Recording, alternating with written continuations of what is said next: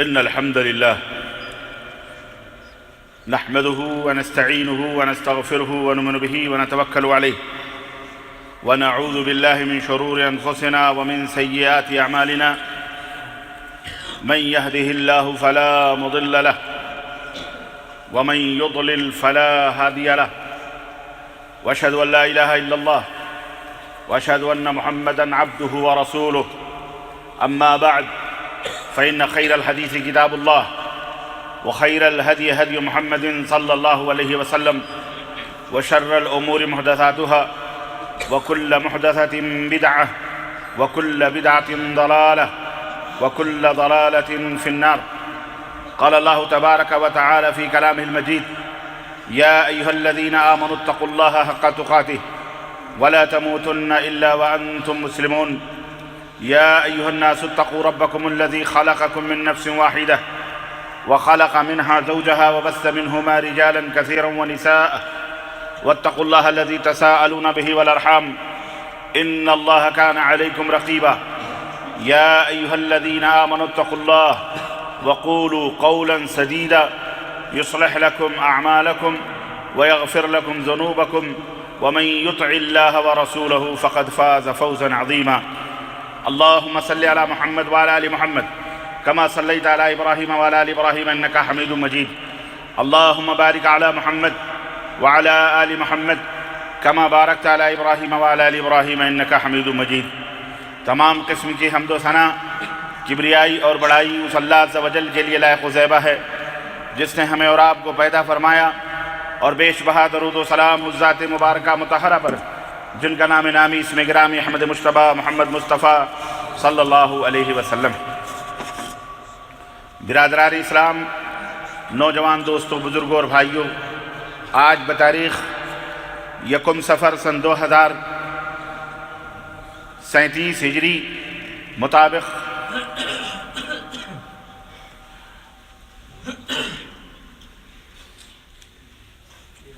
13 نومبر سن 2015 عیسوی کے اس خطبہ جمعہ میں جس موضوع پر آپ حضرات کی خدمت میں تاریخی حوالوں سے گفتگو کرنے کی سعادت حاصل کرنے جا رہا ہوں، وہ موضوع ہے واقعہ کربلا کی حقیقت یا واقعہ کربلا کی کہانی خود اہل بیت کی زبانی. اللہ عز و جل سے دعا ہے کہ اللہ تبارک و تعالی ہم تمام مسلمانوں کو حق بات سمجھنے، بولنے اور اس کے مطابق ایمان و عقیدہ رکھنے اور عمل کرنے کی توفیق عطا فرمائے. اور اللہ عز و جل ارنا الباطل باطلا وارزقنا اجتنابہ، اور جھوٹ اور باطل کو جھوٹ سمجھنے اور اس کے انکار کرنے اور اس سے دور رہنے کی، پرہیز کرنے کی ہم سب کو توفیق عطا فرمائے. آمین یا رب العالمین. اسلام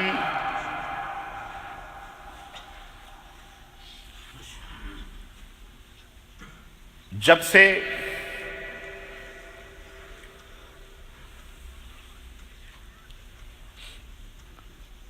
اس دنیا کے اندر اللہ عز و جل نے بطور دین بنا کر، اسے پسند فرما کر، اپنے آخری نبی حضرت محمد الرسول اللہ صلی اللہ علیہ وسلم کو یہ امانت دے کر رسالت اور نبوت کا تاج پہنا کر مبعوث فرمایا، اور دعوت و تبلیغ کی گراں بار ذمہ داری سرور کائنات کے کاندھے پر اللہ تبارک و تعالیٰ نے رکھی. جب سے شیطان اور شیطان کی باتوں پر عمل کرنے والے اس کے دشمن بن گئے، خود نبی کریم صلی اللہ علیہ وسلم کے عہد مبارک میں شیطان کے بہت سارے ایسے بندے یا شیطان کے بہت سارے ایسے ماننے والے جنہوں نے دعوت توحید، دعوت حق کی مخالفت کی، لیکن نبی کائنات صلی اللہ علیہ وسلم کا 23 سال کا نبوتی دور گزرا اور آپ صلی اللہ علیہ وسلم اللہ کی مدد سے اور آپ کے صحابہ بھی اللہ کی مدد سے اس دین اسلام کی خدمت کرتے رہے۔ ہر محاذ اور ہر موڑ پر شیطان کو ذلت اٹھانا پڑی، کہیں بظاہر اس کی چالیں کامیاب ہوئیں تو اس کا مقصد اللہ تبارک و تعالیٰ کے ہاں اپنے نیک بندوں کو سربلند کرنا، اعزاز عطا فرمانا، اپنا قرب خاص عطا کرنا تھا۔ بیشتر مقامات پر شیطان ذلیل و رسوا ہوا، اسلام مکمل ہوا اور ساری کائنات کے اندر پھیلنا شروع ہوا۔ جب دین اسلام مکمل ہو گیا، اللہ تعالیٰ نے اعلان فرما دیا، الیوم اکملت لکم دینکم واتممت علیکم نعمتی ورضیت لکم الاسلام دینا، کہ اے لوگو میں نے اپنا دین مکمل کر دیا ہے،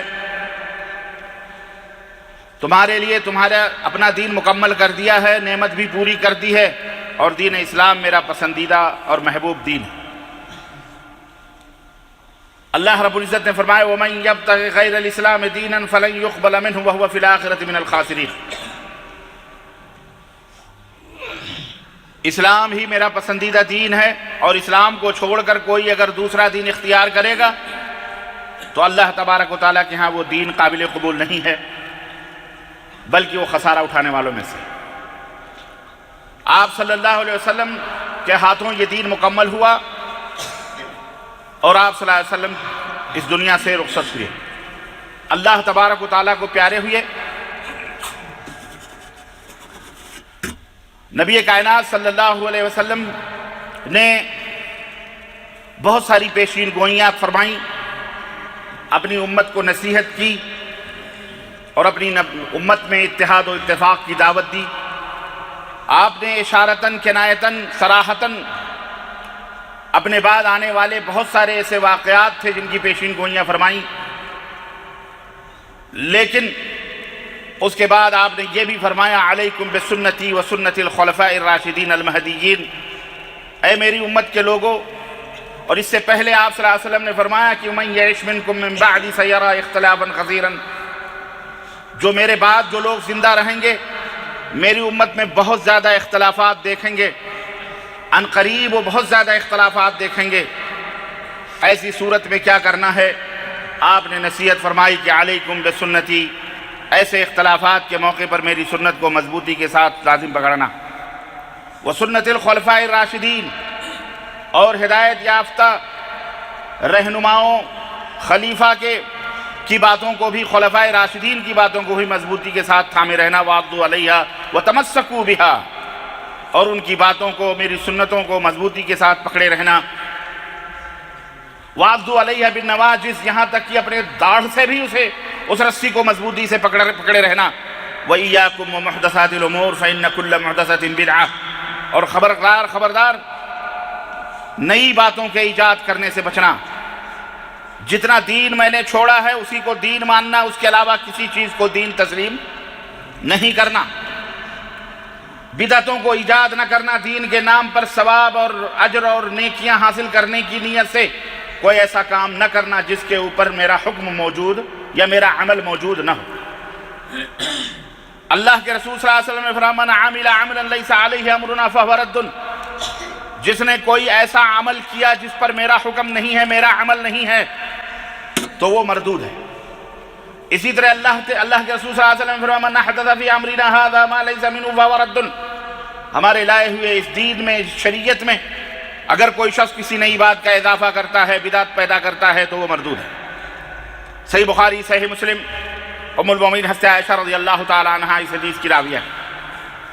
الغرض آپ نے یہ بھی فرمایا کہ افترقت الیہود والنصارى علی 72 فرقہ، یہود و نصارہ 72 فرقوں میں بٹے، ستفترق امتی علی 73 فرقہ، اور میری امت 73 فرقوں میں بٹی، کلھا فی النار الا واحدہ، سب کے سب جہنم میں جائیں گے سوائے ایک۔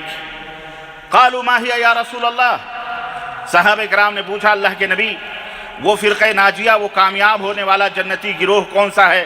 آپ نے فرمایا ما انا علیہ واصحابی، جس پر میں ہوں اور میرے صحابہ ہیں، جس پر میں ہوں اور میرے صحابہ ہیں، وہی فرقہ اس پر قائم و دائم رہا تو وہ جنت میں جائے۔ یہیں سے ایک اصول، ایک منہج، ایک وے، ایک راستہ اللہ کے رسول صلی اللہ علیہ وسلم نے ہمیں عطا فرمایا قیامت تک آنے والے اپنی امت کے لوگوں کو، کہ قرآن ہے، حدیث ہے، اسے تمہیں سمجھنا ہے، اسے تمہیں جاننا ہے تو اس طرح سے سمجھو جس طرح سے صحابہ نے سمجھا، صحابہ کرام نے جانا، صحابہ کرام نے اس آیت کے مفہوم اور معنی اور اس حدیث کے معنی اور مفہوم کو تم تک بتایا، اس طرح سے سمجھتے رہنا، اور وہی اصل دین ہوگا، وہی حقیقی دین ہوگا، وہی صحیح منہج ہوگا۔ اپنے منمانی قرآنی آیات کو پڑھ کر اس کے تفسیریں کرنا، اس کی شرحیں کرنا، تدبر کے نام پر، تفکر کے نام پر، تاریخ کے نام پر، اور نہ جانے کن کن باتوں کے نام پر، یہ ہرگز اسلام کے اندر جائز نہیں۔ معنی اور مفہوم قرآن کا ہو یا حدیث کا ہو وہی صحیح اور درست ہوگا جس کے اوپر صحابہ کرام رضوان اللہ علیہ مجمعین قائم و دائم ہوں۔ یہ منہج ہے، یہ اصول ہے، اور اسی کے ماننے والوں کو اہل السنہ والجماعہ کہتے ہیں۔ اہل السنہ والجماعہ کا مطلب اہل مانے والے، سنہ مانے سنت نبی صلی اللہ علیہ وسلم کی، اور جماعت یعنی صحابہ کی جماعت، یعنی وہی لوگ ہیں جو نبی کی سنت اور صحابہ کی جماعت کے اوپر قائم و دائم ہیں، انہی کو اہل سنت والجماعت کہا جاتا ہے۔ یہ ایک محور ہے، یہ ایک کسوٹی ہے، یہ ایک ترازو ہے، یہ ایک میزان ہے جو اسلام نے، اللہ کے نبی نے ہمیں عطا فرمائی ہے۔ دنیا کے اندر قیامت تک آنے والی جتنی بھی جماعتیں، جتنے بھی فرقے، جتنے بھی گروہ اسلام کے نام پر بنیں گے، انہی کسوٹیوں، انہی ترازوؤں اور انہی محوروں پر اور انہی اصولوں پر انہیں تولا جائے گا، جن کا قول و فعل اور عقیدہ اور عمل قرآن و سنت کے مطابق یعنی صحابہ کے منہج کے مطابق ہوگا، وہی اہل السنہ والجماعہ کی گروہ اور کیٹیگری اور دائرے میں رہیں گے۔ جو ان سے الگ ہوں گے، ان کا عقیدہ، ان کا عمل، ان کا، تو وہ لوگ اہل السنہ والجماعہ سے خارج سمجھے جائیں گے۔ الغرض میرے عزیزوں، میرے دوستوں، نبی کریم صلی اللہ علیہ وسلم کی وفات ہوئی، سیدنا ابو بکر صدیق رضی اللہ تعالیٰ عنہ یار غار مصطفیٰ، تفصیلات میں نے جاتے ہوئے چونکہ واقعات کربلا مجھے بیان کرنا ہے، اس لیے میں چاہ رہا ہوں کہ تاریخی طور پر آپ کو ایک سچی اور اچھی بات آپ کے ذہن و دماغ میں مرتب طریقے سے موجود رہے گی، تو زندگی کے کسی بھی گوشے میں آپ کو کوئی گمراہ نہیں کر سکتا ہے انشاءاللہ تبارک و تعالیٰ۔ اسی طرح آپ اپنے آنے والی نسلوں کو، اپنے بیوی بچوں، اپنے ماں باپ بھائی بہنوں کو بھی، اپنے محلے، اپنے گاؤں قریے بستی شہر والوں کو بھی اس حقیقت سے واقف کرا سکتے ہیں، اس حقیقت کو ان کے ذہنوں میں بٹھا سکتے ہیں۔ سچائی وہ نہیں جو دشمنان اسلام بیان کر رہے ہیں، بلکہ سچائی یہ ہے جو اہل السنہ والجماعہ کے اہل علم نے بیان فرمایا ہے۔ اس لیے کہ حقیقتوں کا جاننا بہت ضروری ہے۔ اگر آپ اپنی حقیقت کو نہیں جانیں گے تو آپ کو کوئی بھی انسان کچھ بھی کہہ سکتا ہے۔ ایک انسان ہے، اگر 10 آدمی اسے بیوقوف کہیں تو بیچارہ اگر وہ اپنی حقیقت کو نہیں سمجھتا ہے تو اپنے آپ کو بیوقوف سمجھنے لگے، کہتے کہتے لوگ اسے بیوقوف ہی بنا دیں گے۔ اس لیے آپ کو یہ سمجھنا ہے کہ ہمارا ایمان اور ہمارا عقیدہ، ہمارا عمل اور ہماری تاریخ اور ہماری سیرت کیا ہے اور کہاں سے ہم ان تمام سب چیزوں کو حاصل کر رہے ہیں۔ پیغمبر اسلام نبی کریم صلی اللہ علیہ وسلم اس دنیا سے رخصت ہوئے۔ انصار اور مہاجرین یہ دو گروہ، دو جماعتیں مدینہ کے اندر موجود تھیں۔ انصار ان صحابہ کو کہا جاتا ہے جو اہل مدینہ تھے، جنہوں نے مدد کی مسلمانوں کی جو ہجرت کر کے آئے مکۃ المکرمہ سے یا اس کے قرب و جوار سے، انہیں مہاجرین کہا جاتا ہے۔ جب نبی کریم صلی اللہ علیہ وسلم کی وفات ہوئی، پہلا اختلاف پیدا ہوا، اور ایک ہی نہیں بلکہ ایک کے بعد دیگرے کئی اختلافات پیدا ہوئے۔ آئیے یہ دیکھتے ہیں کہ ان اختلافات کا دفیہ کیسے ہوا، ان اختلافات کو دفع کیسے کیا گیا۔ سب سے پہلا اختلاف تو یہ ہوا کہ حضرت سیدنا عمر فاروق اعظم جیسی جلیل القدر ہستی تلوار لے کر کے مدینہ منورہ کے گلیوں میں چکر لگانے لگی اور کہنے لگے جذبات میں، وفور محبت میں نبی کریم صلی اللہ علیہ وسلم کی محبت میں اس طرح سے دیوانہ ہوئے کہ مدینے کی گلیوں میں چکر لگانے لگے کہ اگر کوئی یہ کہے گا کہ محمد صلی اللہ علیہ وسلم انتقال کر چکے ہیں، مر چکے ہیں، تو اس کی گردن کو اس کے جسم سے جدا کر دیا جائے گا، اس کے سر کو جدا کر دیا جائے گا اسے جسم سے۔ چنانچہ نبی کریم صلی اللہ علیہ وسلم کی لاش مبارک رکھی ہوئی حضرت سیدنا ابو بکر صدیق رضی اللہ تعالیٰ عنہ کو خبر ہوئی، دوڑے دوڑے عوالی مدینہ سے جنوب کی طرف مطار روڈ جس کو کہا جاتا ہے، وہ عوالی کا حصہ ہے جو بقیع غرقد یعنی جنت البقیع کے پچھلے حصے میں واقع ہے۔ وہاں سے وہ دوڑے دوڑے آئے، مسجد نبی میں پہنچے، حجرہ عائشہ صدیقہ رضی اللہ تعالی عنہا کے اندر پہنچے تو نبی کریم صلی اللہ علیہ وسلم کی نگاہ مبارک کو بند کیا اور آپ کی پیشانی کا بوسہ لیا اور کہا اللہ کی قسم اے اللہ کے نبی آپ کے اوپر 2 موتیں نہیں آ سکتی، یقیناً آپ مر چکے ہیں۔ اس کے بعد منبر رسول پر کھڑے ہوئے اور کہا یا ایھا الناس، خطبہ دیا اور فرمایا، صحیح بخاری کے حوالے سے خطبہ موجود ہے صحیح بخاری کے اندر، آپ نے فرمایا یا ایھا الناس من کان یعبد منکم محمدا فإن محمدا قد مات، اے لوگو سنو، جو شخص محمد صلی اللہ علیہ وسلم کی عبادت کرتا تھا وہ سن لے کہ محمد صلی اللہ علیہ وسلم انتقال کر چکے ہیں، مر چکے ہیں۔ قد مات تحقیق کی، آپ مر چکے ہیں۔ ماتا یموتو کے معنی ہوتے ہیں مرنا، ماتا یموتو کے معنی کیا ہوتے ہیں؟ موت کے معنی کیا ہوتے ہیں؟ مر جانا۔ اردو زبان میں اس کو مر جانا کہتے ہیں، اس کو پردہ فرمانا نہیں کہتے، جیسا کہ آج ہمارے یہاں بہت سارے لوگ یہ عقیدہ رکھ کے بیٹھے ہیں کہ اللہ کے نبی مرے نہیں ہیں بلکہ آج بھی زندہ ہیں۔ بلکہ بعض مولویوں نے تو یہ بھی لکھا کہ آپ صلی اللہ علیہ وسلم کو جب دفنانے کے لیے لے جا رہے تھے تو آپ صلی اللہ علیہ وسلم کے لب مبارک ہل رہے تھے، لوگوں نے کان لگا کر کے سنا تو آپ کہہ رہے تھے کہ جو ہے نماز پڑھو۔ استغفر اللہ۔ یہ ایک اتنا بڑا الزام ہے صحابہ کرام پر کہ آپ جان بوجھ کر کے کہ زندہ ہیں اللہ کے نبی، اس کے باوجود بھی آپ کو زمین کے اندر دفن کر دیا گیا۔ اتنا بڑا الزام ہے، اتنی بڑی بدعقیدگی، اللہ ہدایت عطا فرمائے۔ الغرض اللہ کے رسول صلی اللہ علیہ وسلم کو اسی حجرے کے اندر دفن کیا گیا۔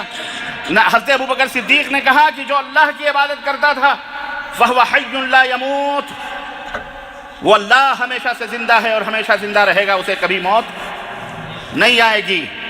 اور جو محمد صلی اللہ علیہ وسلم کی عبادت کرتا تھا، انہیں اللہ مانتا تھا، وہ یہ سمجھ لے وہ مر چکے ہیں۔ قدمات، وہ کیا ہو چکے ہیں؟ مر چکے ہیں۔ سنو، حضرت ابو بکر صدیق نے آیت کریمہ پڑھی، کہا وَمَا مُحَمَّدٌ إِلَّا رَسُولٌ قَدْ خَلَتْ مِن قَبْلِهِ الرُّسُلُ وَفَإِن مَاتَ أَوْ قُتِلَ انقلبتم عَلَىٰ أَعْقَابِكُمْ وَمَن يَنقلب عَلَىٰ عَقِبَيْهِ فَلَن يَضُرَّ اللَّهَ شَيْئًا۔ سنو، اللہ تعالیٰ کا فرمان ہے کہ محمد صلی اللہ علیہ وسلم ایک رسول ہیں۔ اے لوگو، کیا اگر وہ مر جائیں یا شہید کر دیے جائیں تو کیا پھر تم اپنے ایڑیوں کے بل پلٹ جاؤ گے، یعنی کافر ہو جاؤ گے؟ اور سنو، جو کافر ہو جائے گا، اپنی ایڑیوں کے بل پلٹ جائے گا، کفر اختیار کر لے گا، فَلَن يَضُرَّ اللَّهَ شَيْئًا، اللہ کو وہ کچھ بھی نقصان نہیں پہنچا سکتا ہے۔ وہی آخرت کے اندر خسارہ اور گھاٹا اٹھانے والے میں سے۔ بیان کرنے کا مقصد یہ تھا، انبیاء علیہ السلام آئے، رسول آئے گئے، آتے ہیں چلے جاتے ہیں، لیکن اللہ کا دین جاری اور ساری رہے گا۔ اللہ نے اِنَّا نَحْنُ نَزَّلْنَا الذِّكْرَ وَإِنَّا لَهُ لَحَافِظُونَ، اللہ نے فرمایا اس دین کو ہم نے نازل کیا ہے اور اس کی حفاظت ہم کریں گے قیامت تک کے لیے۔ دین اسلام، حضرت عمر بن خطاب رضی اللہ تعالیٰ عنہ نے جب یہ خطبہ سنا، تلوار ہاتھ سے چھوٹ گئی، غم و غصہ اور وہ ہیبت اور وہ جلال ٹھنڈا ہوا، حقائق سامنے آئے، دلائل سامنے آئے۔ سیدنا ابو بکر صدیق کی بات سنی، کہنے لگے اللہ کی قسم اتنی دفعہ ہم نے قرآن پڑھا لیکن ایسا لگ رہا تھا جیسے یہ آیت کریمہ ابھی نازل ہوئی، ہمارے شعور سے بھی نہ گزری تھی۔ اس طرح سے صحابہ کو یقین ہو گیا کہ اللہ کے نبی اس دنیا میں نہ رہے۔ یہ پہلا اختلاف تھا جس کو سیدنا ابو بکر صدیق نے دلیل کے ساتھ، وہ بھی قرآن کی دلیل کے ساتھ، یہ ختم کیا۔ دوسرا اختلاف ہوا کہ اللہ کے نبی کو نہلایا جائے، دفنایا کہاں جائے۔ کسی نے کہا نبیوں کی سرزمین فلسطین ہے، وہاں لے جا کے دفنایا جائے۔ کسی نے کہا کہ خاص کوئی قبر کا خبر بنائی جائے۔ کسی نے کہا کہ ملک شام لے جایا جائے۔ کسی نے کہا ایک صحابی کھڑے ہوئے، کسی نے کہا بقیع غرقد جو جنت البقیع کے نام سے معروف ہے وہاں دفن کر دیا جائے۔ ایک صحابی نے کہا کہ میں نے اللہ کے رسول صلی اللہ علیہ وسلم سے سنا ہے کہ اللہ کے نبی نے فرمایا کہ نبی جہاں مرتے ہیں وہیں ان کو دفن کر دیا جاتا ہے۔ حجرِ عائشہ میں آپ کی وفات ہوئی ہے، سارے صحابہ کی گردنیں جھک گئیں اور نبی کریم صلی اللہ علیہ وسلم کو اسی جگہ حجرِ عائشہ صدیقہ کے اندر وہیں پہ دفن کر دیا گیا، جو مسجد نبوی کا حصہ نہیں تھا، مسجد نبوی سے الگ تھا۔ تیسرا اختلاف، نبی کائنات صلی اللہ علیہ وسلم کی لاش مبارک ابھی دفن نہیں ہوئی، ابھی باہر ہی تھی کہ تیسرا اختلاف پیدا ہوا، اور ثقیفہ بنو ساعدہ جو بالکل مسجد نبوی کے باب مجیدی کے جب آپ داخل ہونے کو ہوں گے تو رائٹ ہینڈ پر ایک چھوٹا سا گارڈن ابھی بھی شاید باقی ہے، جہاں ہوٹلز بنے ہوئے ہیں، جہاں زمزم کے پانی دیے جاتے ہیں، وہاں پر وہی ثقیفہ بنو ساعدہ کا مقام ہے، آج بھی وہ باغ موجود ہے۔ اسی باغ کے اندر صحابہ کرام، انصار و مہاجرین جمع ہوئے۔ ابھی نبی کریم صلی اللہ علیہ وسلم کو دفن نہیں کیا گیا، لیکن امیر بنانے کا اور خلیفہ بنانے کے لیے باقاعدے مشورے شروع ہو گئے کہ اب نبی کریم صلی اللہ علیہ وسلم کے بعد خلیفہ کون رہے گا۔ مہاجرین نے کہا ہم میں سے خلیفہ بنے گا کیونکہ قربانیاں ہم نے دی ہیں۔ انصار نے کہا ہم میں سے خلیفہ بنے گا کیونکہ ہم نے تمہیں پناہ دی ہے، ہم نے تمہاری مدد کی ہے۔ آپس میں معاملہ یہاں تک ہوا کہ تلواریں میانوں سے نکلنے والی تھیں، آپس میں جنگ ہونے والی تھی۔ سیدنا ابو بکر صدیق رضی اللہ تعالیٰ عنہ کو خبر ہوئی، حضرت عمر فاروق کو خبر ہوئی، دوڑے دوڑے ثقیفہ بنو ساعدہ بھی پہنچے کہ ابھی تو لاش مبارک کو دفن بھی نہیں کیا گیا، نہلایا بھی نہیں گیا، اور مسلمانوں میں یہ اختلاف۔ چنانچہ سیدنا ابو بکر صدیق رضی اللہ تعالیٰ عنہ پہنچے اور انہوں نے کہا کہ اے لوگو سنو، میں نے خود اپنے نبی کریم صلی اللہ علیہ وسلم کی آنکھوں زبان مبارک سے اور اپنے کانوں سے یہ حدیث سنی ہے، الائمۃ من القریش، کہ جو تمہارا خلیفہ ہوگا وہ قریش کا ہوگا، خاندان قریش کو اپنا خلیفہ بناؤ۔ چنانچہ سیدنا ابو بکر صدیق رضی اللہ تعالیٰ عنہ کے اس حدیث سنانے کے بعد سب صحابہ کی گردنیں جھک گئیں، تلواریں میان میں آ گئیں، سارے جوش اور جذبے ٹھنڈے ہو گئے۔ ابو بکر صدیق نے فرمایا کہ یہ عمر بن خطاب ہیں، یہ عبیدہ بن جراح ہیں، یہ نبی کریم صلی اللہ علیہ وسلم کے نہایت ہی قریبی لوگ ہیں۔ عمر وہ ہیں کہ جنہیں دیکھ کر گلیوں میں شیطان بھی راستے تبدیل کر دیا کرتا ہے۔ عمر وہ ہیں کہ جن کے بارے میں نبی نے فرمایا تھا کہ لو کان من بعد نبی لکان عمر، اگر میرے بعد کسی نبی کو پیدا ہونا ہوتا تو عمر بن خطاب کو اللہ نبی بناتا۔ اے لوگو عمر کے ہاتھوں پہ بیعت کر لو، اے لوگو عبیدہ بن جراح کے ہاتھوں پہ بیعت کر لو، لیکن ان میں سے کسی ایک ہاتھ پر بیعت کرو۔ لیکن تمام مہاجرین اور انصار نے بالاتفاق، اور سب سے پہلے سیدنا عمر فاروق اعظم آگے بڑھے اور انہوں نے کہا کہ ہم آپ کے ہاتھوں پہ بیعت کرتے ہیں۔ حضرت سیدنا عمر فاروق اعظم نے اپنا ہاتھ ابو بکر کے ہاتھ میں رکھا اور اس طرح سارے صحابہ نے بالاتفاق سیدنا ابو بکر صدیق کو اپنا خلیفہ بنا لیا۔ تاریخ اسلام، تاریخ الخلفاء، اسد الغابہ، البدایہ والنہایہ، یہ وہ کتابیں ہیں جس کے اندر یہ واقعات موجود ہیں۔ سیدنا ابو بکر صدیق رضی اللہ تعالیٰ عنہ کا دور خلافت آیا، سب بالاتفاق سیدنا علی، سارے صحابہ سبوں نے آپ کو خلیفہ بنایا۔ آخری ایام حضرت عمر فاروق اعظم رضی اللہ تعالیٰ عنہ کی زندگی کے آخری ایام تھے۔ عام مہاجرین اور انصار سب جمع تھے، عام مشورہ لیا گیا کہ آپ اب آخری ایام ہیں، اب اور تب کی بات ہے، آپ کچھ وصیت کریں کہ آپ کے بعد ہم کس کو خلیفہ منتخب کریں۔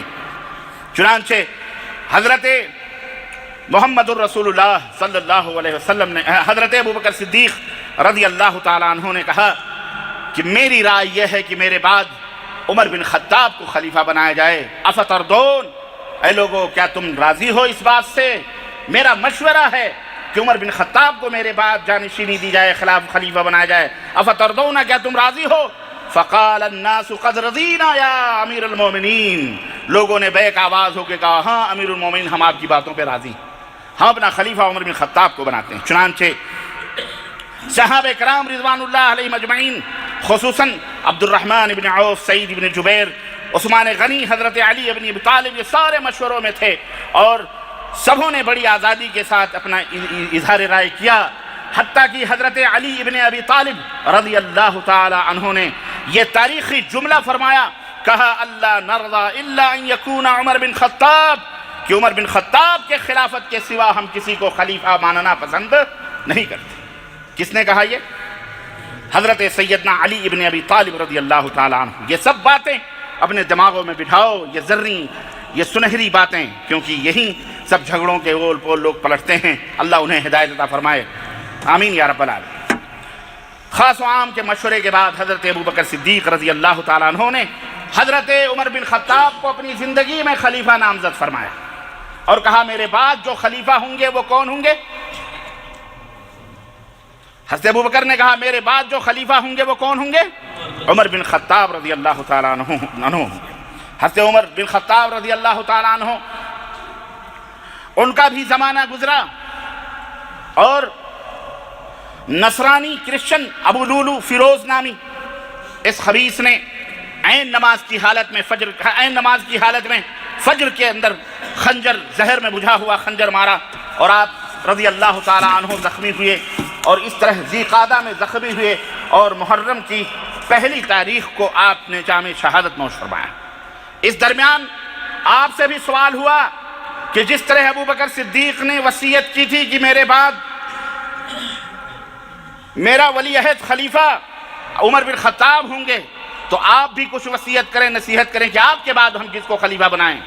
لوگوں نے کہا کہ ابن عمر آپ کے صاحبزادے ہیں، عبداللہ ابن عمر، ان کو خلیفہ بنا لو۔ حضرت عمر بن خطاب نے کہا نہیں، خلیفہ بنانے کے لیے میں 6 آدمیوں کو مقرر کرتا ہوں، ان 6 آدمیوں کی ایک مجلس بٹھا لینا اور ان میں خلیفہ چن لینا۔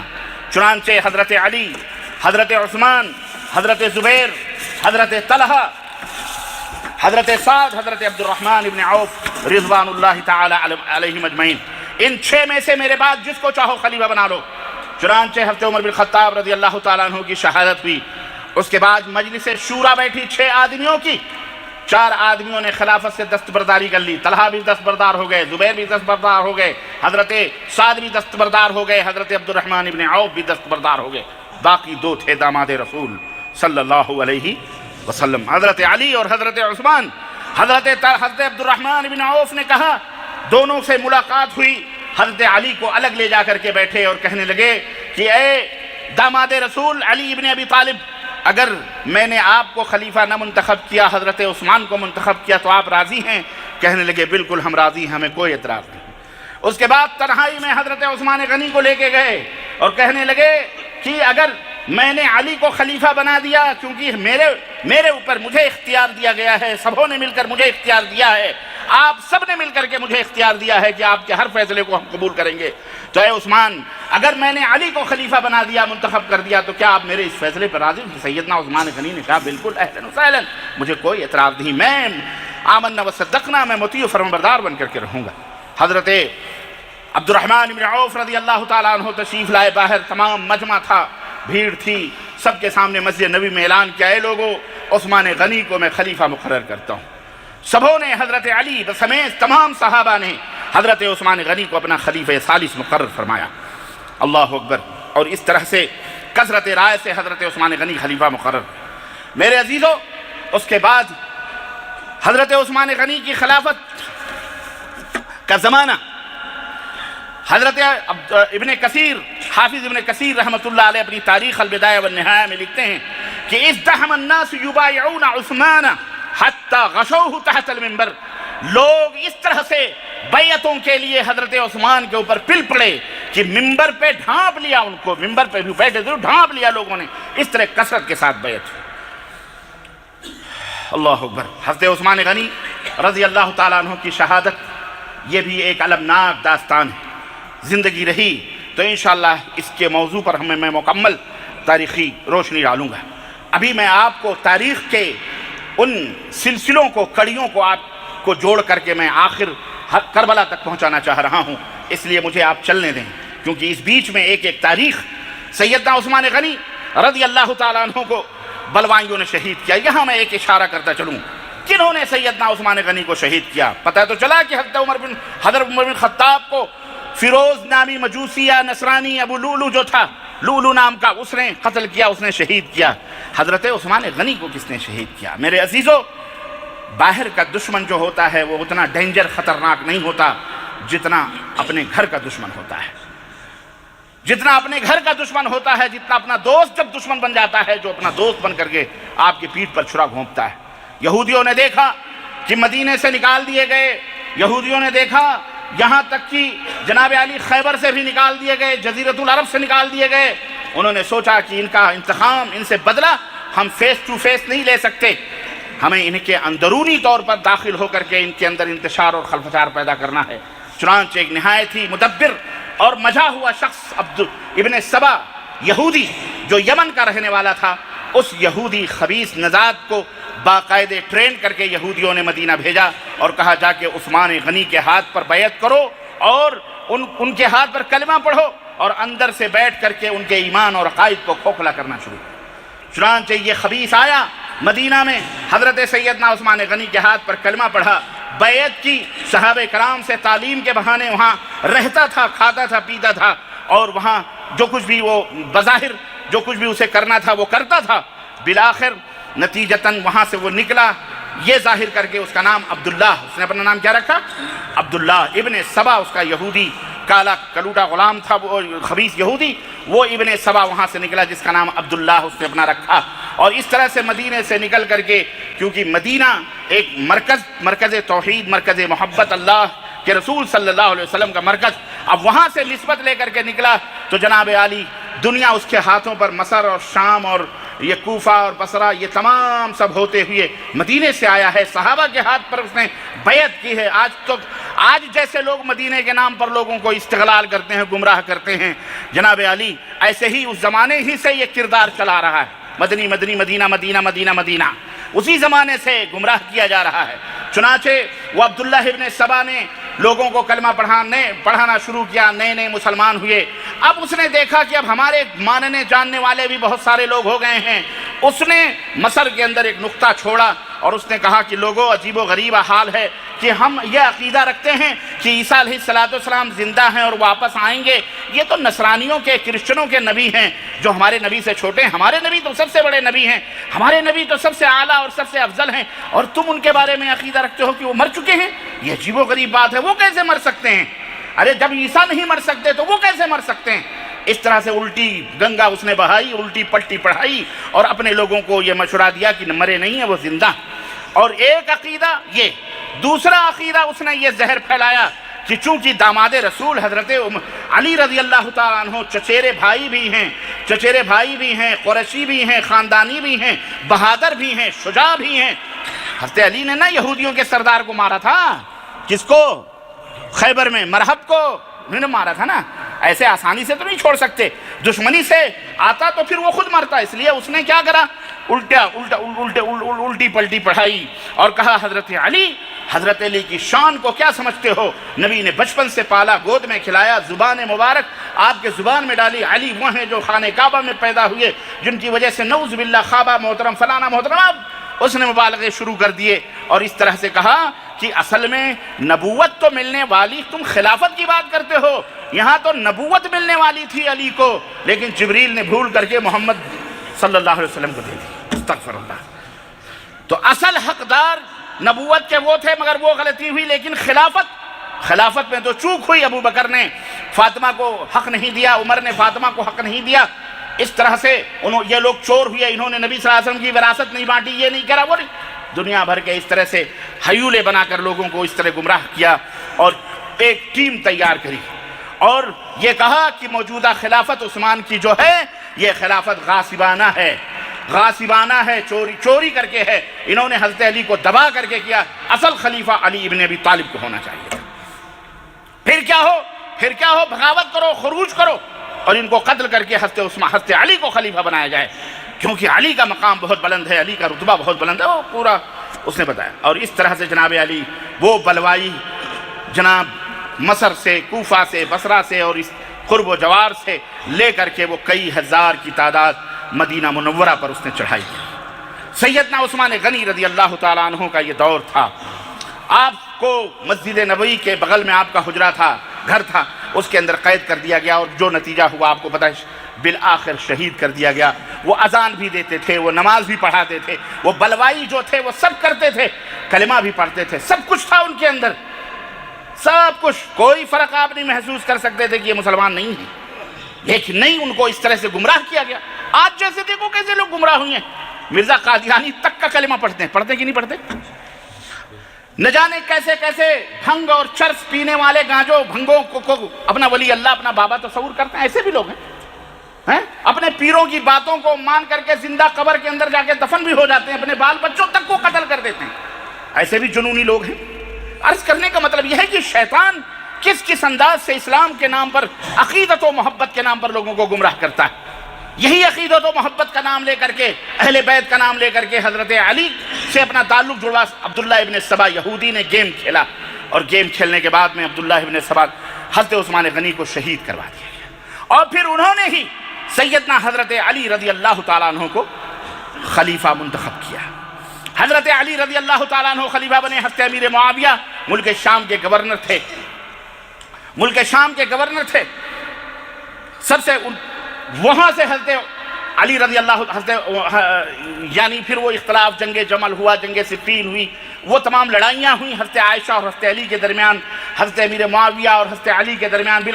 اخیر میں حضرت امیر معاویہ نے کہا کہ بھئی وہ قصاص جنہوں نے عثمان غنی کو شہید کیا ہے وہ آپ کے پاس موجود ہیں، انہیں قتل کرو، انہیں قتل کرو۔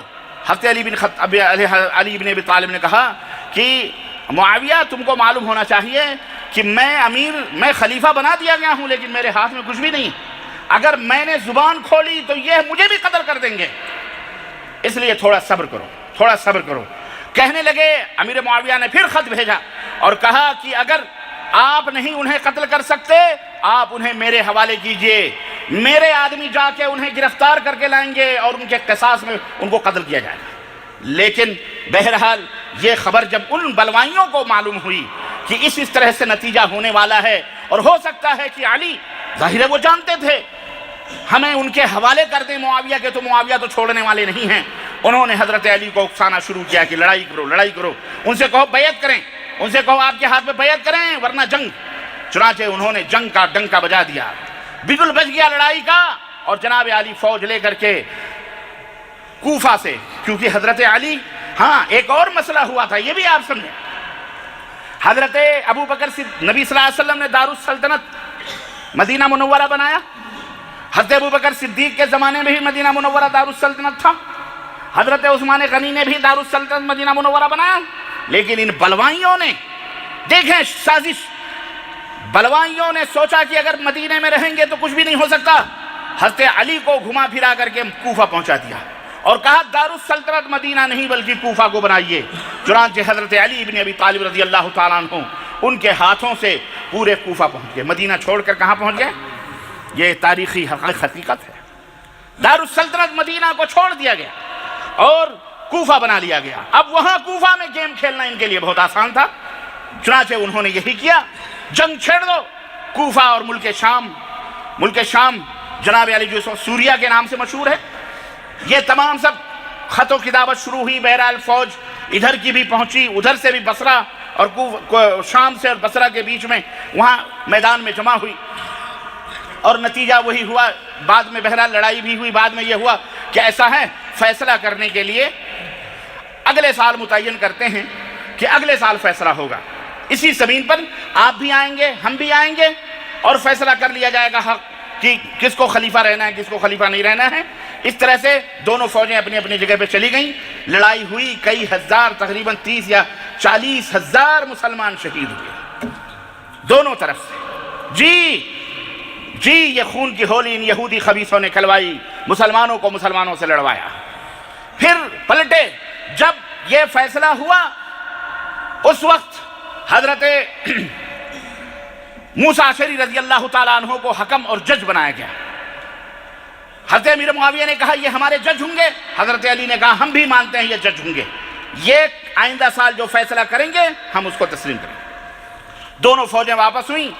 اسی درمیان مسلمانوں کے درمیان حضرت علی کی جو فوج تھی 2 گروپ ہو گئے، 12,000 یا بعض روایتوں میں آتا ہے 4,000 یا بعض مختلف روایتیں، تقریباً 12,000 مسلمان جو حضرت علی کے جھنڈے کے تلے جہاد کرنے کے لیے، لڑنے کے لیے آئے تھے، وہ پلٹے اور انہوں نے کہا علی بھی کافر، معاویہ بھی کافر، اور جو اس فیصلے کو تسلیم کرے وہ بھی کافر، جنہیں خارجی کہا جاتا ہے۔ جنہیں کیا کہا جاتا ہے؟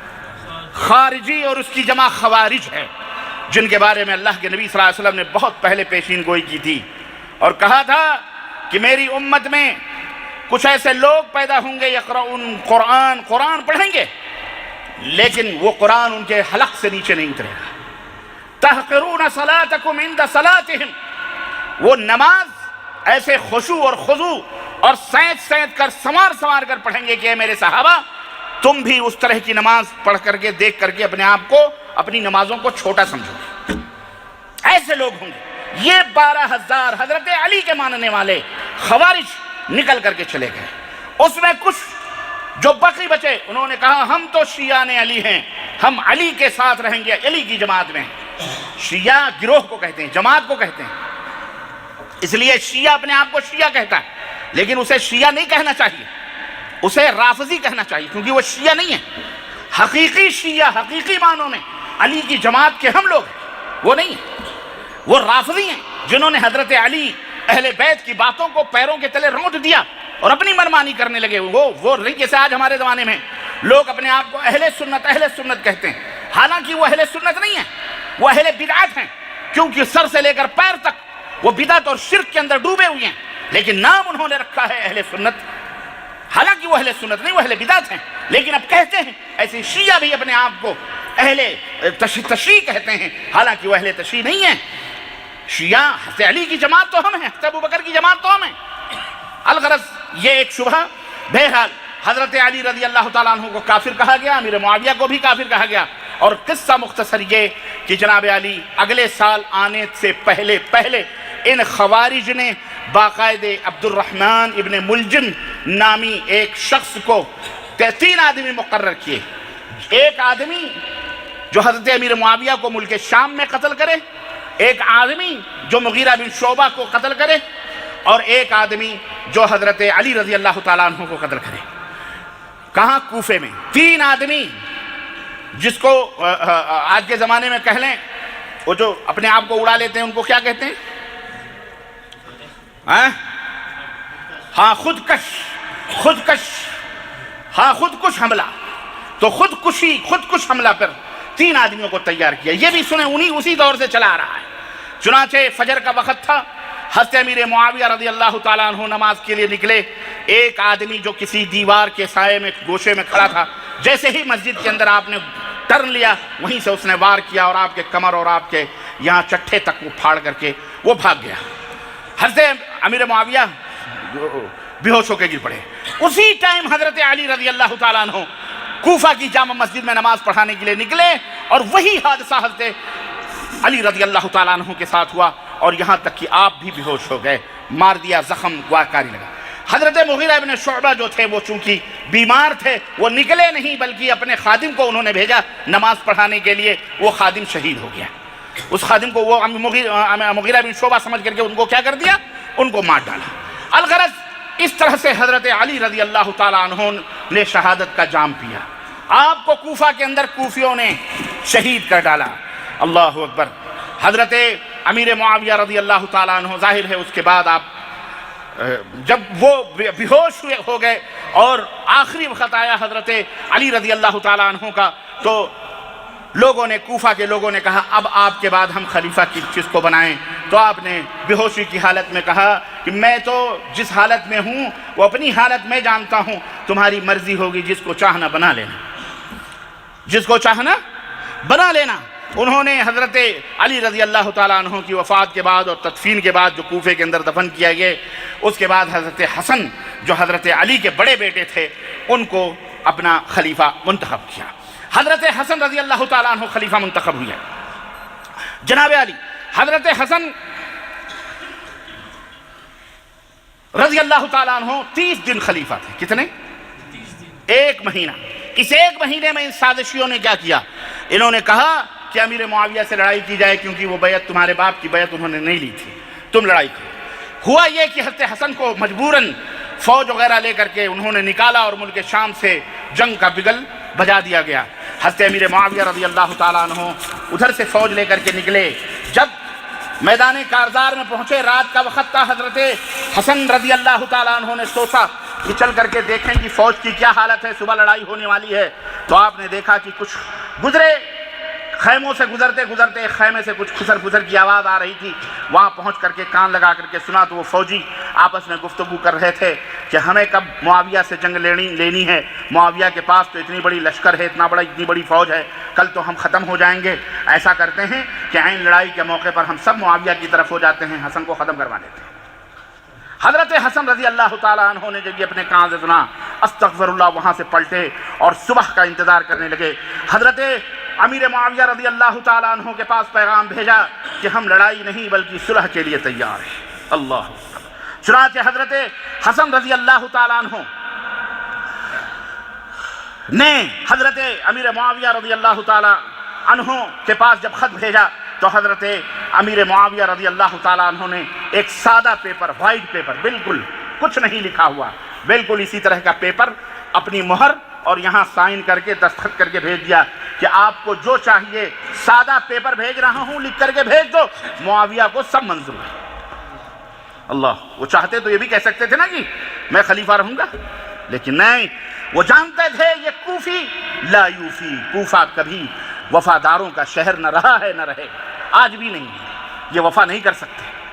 چنانچہ حضرت حسن رضی اللہ تعالیٰ عنہ نے ایک اور اللہ کے نبی کی پیشین گوئی ثابت ہوئی کہ اللہ کے نبی نے فرمایا تھا کہ میرا یہ بیٹا حسن ایک زمانہ آئے گا کہ دو مسلمان گروہوں میں صلح کروائے گا. میرا یہ بیٹا حسن دو مسلمان جماعتوں میں صلح کروائے گا. چنانچہ آپ کے اس فیصلے نے نبی کریم صلی اللہ علیہ وسلم کی اس پیشین گوئی کو بھی ثابت کر دکھایا.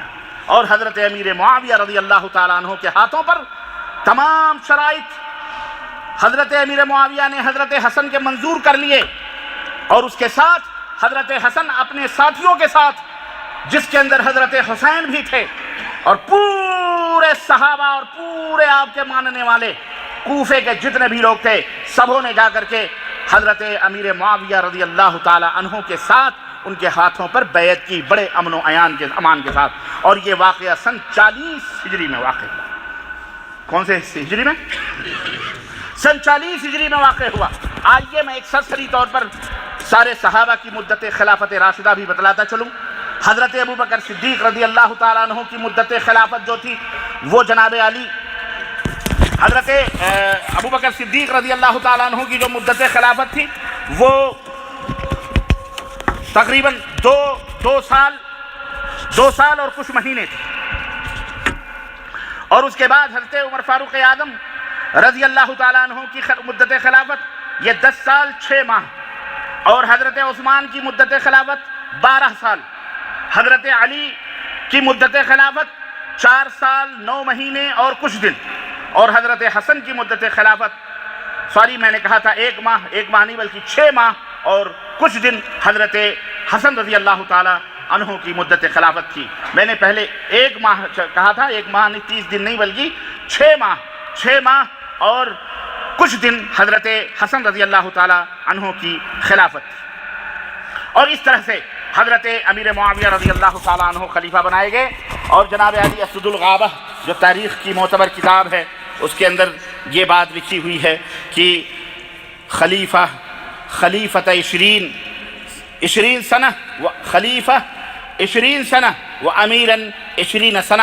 امیر معاویہ کی یہ شان ہے, یہ مقام اور فضیلت ہے کہ 20 برس تک گورنر بھی رہے اور 20 برس تک بلا شرکت غیرے آپ خلیفہ بھی بنے رہے.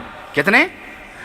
20 برس تک گورنری اور 20 برس تک آپ خلیفہ بھی رہے. چنانچہ اس کے بعد فتنے ختم ہو گئے, امن و امان کا سلسلہ شروع ہو گیا, سارے بلوائی ٹھپ. اور وہ بیچ میں بڑے واقعات ہیں حضرت علی کے اور ان کے جنہوں نے حکم لگایا تھا, کیا کیا ہوا وہ خیر وہ کسی اور موقع پر. میں بالکل شارٹ میں آگے بڑھ رہا ہوں. حضرت یزید رحمہ اللہ کا دور آتا ہے, آئیے اس پر بھی گفتگو کرتے ہیں. حضرت امیر معاویہ رضی اللہ تعالیٰ عنہ کوفہ, حضرت امیر معاویہ رضی اللہ تعالیٰ عنہ خلیفہ بنا لیے گئے. آپ نے کوفہ کے گورنر حضرت مغیرہ ابن شعبہ رضی اللہ تعالیٰ عنہ کو بلایا اور کہا کہ میں اپنے بعد, جیسے ابو بکر صدیق نے اپنے بعد عمر کو خلیفہ منتخب کیا تھا, ایسے میں اپنے بعد اپنا ولی عہد اپنے بیٹے یزید کو بنانا چاہتا ہوں, یزید کو بنانا چاہ رہا ہوں. چنانچہ مغیرہ ابن شعبہ کے مشورے پر آپ نے یزید رحمہ اللہ کو اپنا ولی عہد مقرر کیا اور بیعت خلافت لی اپنے زمانے میں یزید کے ہاتھوں پر بیعت خلافت لی کی خلافت کی میرے بعد جو خلیفہ ہوگا وہ کون ہوگا؟ میرا بیٹا یزید ہوگا۔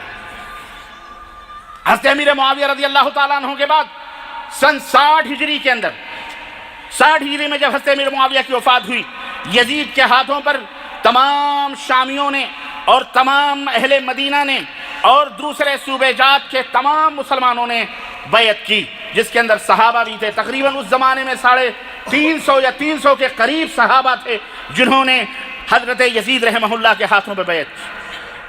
حضرت عبداللہ ابن عمر نے تو یہاں تک کہہ دیا اپنے خاندان والوں سے کہ اگر تم نے یزید کے ہاتھوں پہ بیعت نہ کی تو یاد رکھو جو بیعت کرے گا وہ مجھ سے ہے، جو بیعت نہیں کرے گا وہ مجھ سے بائیکاٹ ہے۔ مدینہ میں سبوں نے بیعت کی۔ یزید کے دور خلافت میں ہی میں یہ کربلا کا واقعہ پیش آیا، سانحہ کربلا جو نہایت ہی افسوسناک اور غمناک ہے۔ بہرحال میرے عزیزوں، میرے دوستوں اور بھائیوں، یہ واقعہ نہایت ہی دلدوز واقعہ، غمناک واقعہ، اس کی بھی حقیقت میں چاہ رہا تھا کہ آج میں آپ حضرات کی خدمت میں آج مکمل کرتا، لیکن تفصیلات میں جانے کے لیے ہمارے پاس وقت نہیں ہے۔ میں زیادہ وقت اس میں نہیں صرف کر سکتا کیونکہ تھوڑا سا تفصیل ہے، تھوڑا سا واقعہ ہے۔ میں انشاءاللہ زندگی رہی تو اگلے خطبے میں اپنے اس خطبے کو مکمل کروں گا انشاءاللہ تعالی۔ تو یہ حقائق ہیں، یہ سلسلے کی کڑیاں ہیں، ہے نا، سلسلے ہیں، یہ کڑیاں ہیں تاریخ کی جنہیں میں نے آپ حضرات کی خدمت میں رکھا ہے۔ اللہ عز و جل سے دعا ہے کہ اللہ تعالی ہمارے دلوں کو، ہمارے قلوب کو صحابہ کرام رضوان اللہ علیہم اجمعین کے تعلق سے پاک و صاف رکھے اور ہمیں اپنے نبی کے صحابہ سے محبت کرنے کی، اپنے جانوں اپنے مالوں سے بھی زیادہ محبت کرنے رکھنے کی توفیق عطا فرمائے، اور ہمیں تمام اہل بیت کرام اور تمام ازواج مطہرات، تمام صحابہ کرام سب سے محبت رکھنے کرنے اور عزت و تکریم کی ہم سب مسلمانوں کو توفیق عطا فرمائے۔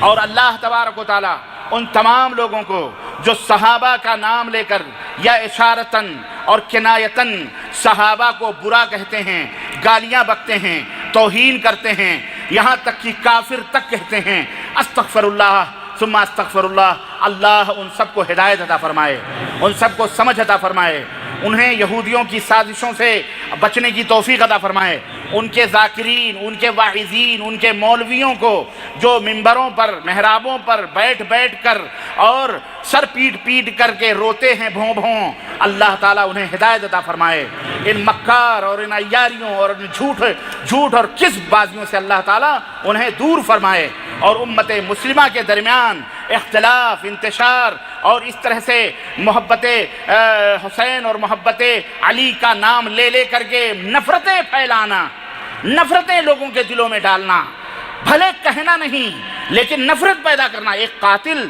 ایک مظلوم کی مظلومیت کو آپ بیان کر کے روئیں اور بتائیں کہ کس نے ظلم کیا ہے، تو بتائیے سننے والوں کے دلوں میں ان کے خلاف نفرت پیدا ہوگی کہ نہیں ہوگی؟ بھلے آپ ان کا نام نہ لیں، بھلے آپ ان کا ذکر نہ کریں، بھلے آپ ان کی طرف کچھ نہ کریں، لیکن ہر بیوقوف سے بیوقوف آدمی اس بات کو سمجھے گا کہ جنہوں نے قتل کیا انہیں قتل کر دینا چاہیے، انہیں نہ ملے وہ نہ ملے تو ان کے ماننے والوں کو قتل کر دینا چاہیے، جس کا نتیجہ آج آپ اپنے ملکوں میں دیکھ رہے ہو۔ کہیں بم بلاسٹ ہو رہا ہے، کہیں مسجدیں اڑائی جا رہی ہیں، کہیں مدرسے اڑائے جا رہے ہیں، کہیں اسکولوں میں بچوں کو مارے گی۔ کون لوگ ہیں؟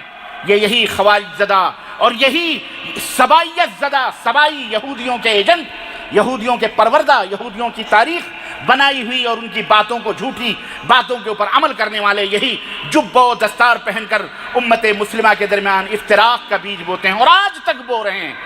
وہ نظارہ یمن کے اندر آپ دیکھ لو، وہی نظارہ بحرین کے اندر دیکھ لو، وہی نظارہ سعودی عرب کے اندر دیکھو، وہی نظارہ آپ حج کے موقع پر بھی آپ نے دیکھا کہ آج تک یہ خبیث بلوائی یہودیوں کے ایجنٹ، یہودیوں کے پروردہ آج تک یہ اپنی ان حرکتوں سے باز نہ آئے کہ معصوم بے گناہ اللہ کا کلمہ بلند کرنے والے حاجیوں تک کو انہوں نے نہیں بخشا، اور زہریلی گیسیں چھوڑ کر آج ہزاروں حاجیوں کو انہوں نے ختم کروایا۔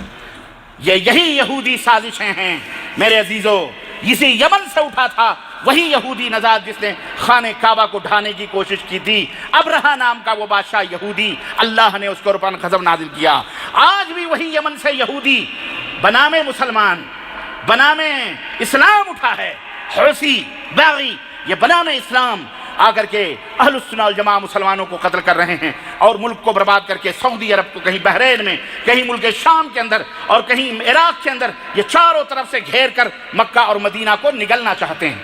لیکن انشاءاللہ ان کا خواب کبھی شرمندہ تعبیر ہو سکتا، اور اللہ تعالیٰ انہیں ذلیل و رسوا فرمائے، اللہ تعالیٰ انہیں ہلاک و برباد فرمائے، اللہ تعالیٰ ان کے اوپر اپنے قہر کی بجلیاں نازل فرمائے، اللہ انہیں ہمیشہ ناکامیوں کی مٹیاں چکھاتا رہے، اللہ انہیں ذلیل و رسوا فرمائے، یہ کبھی کامیاب انہیں اللہ نہ ہونے دے۔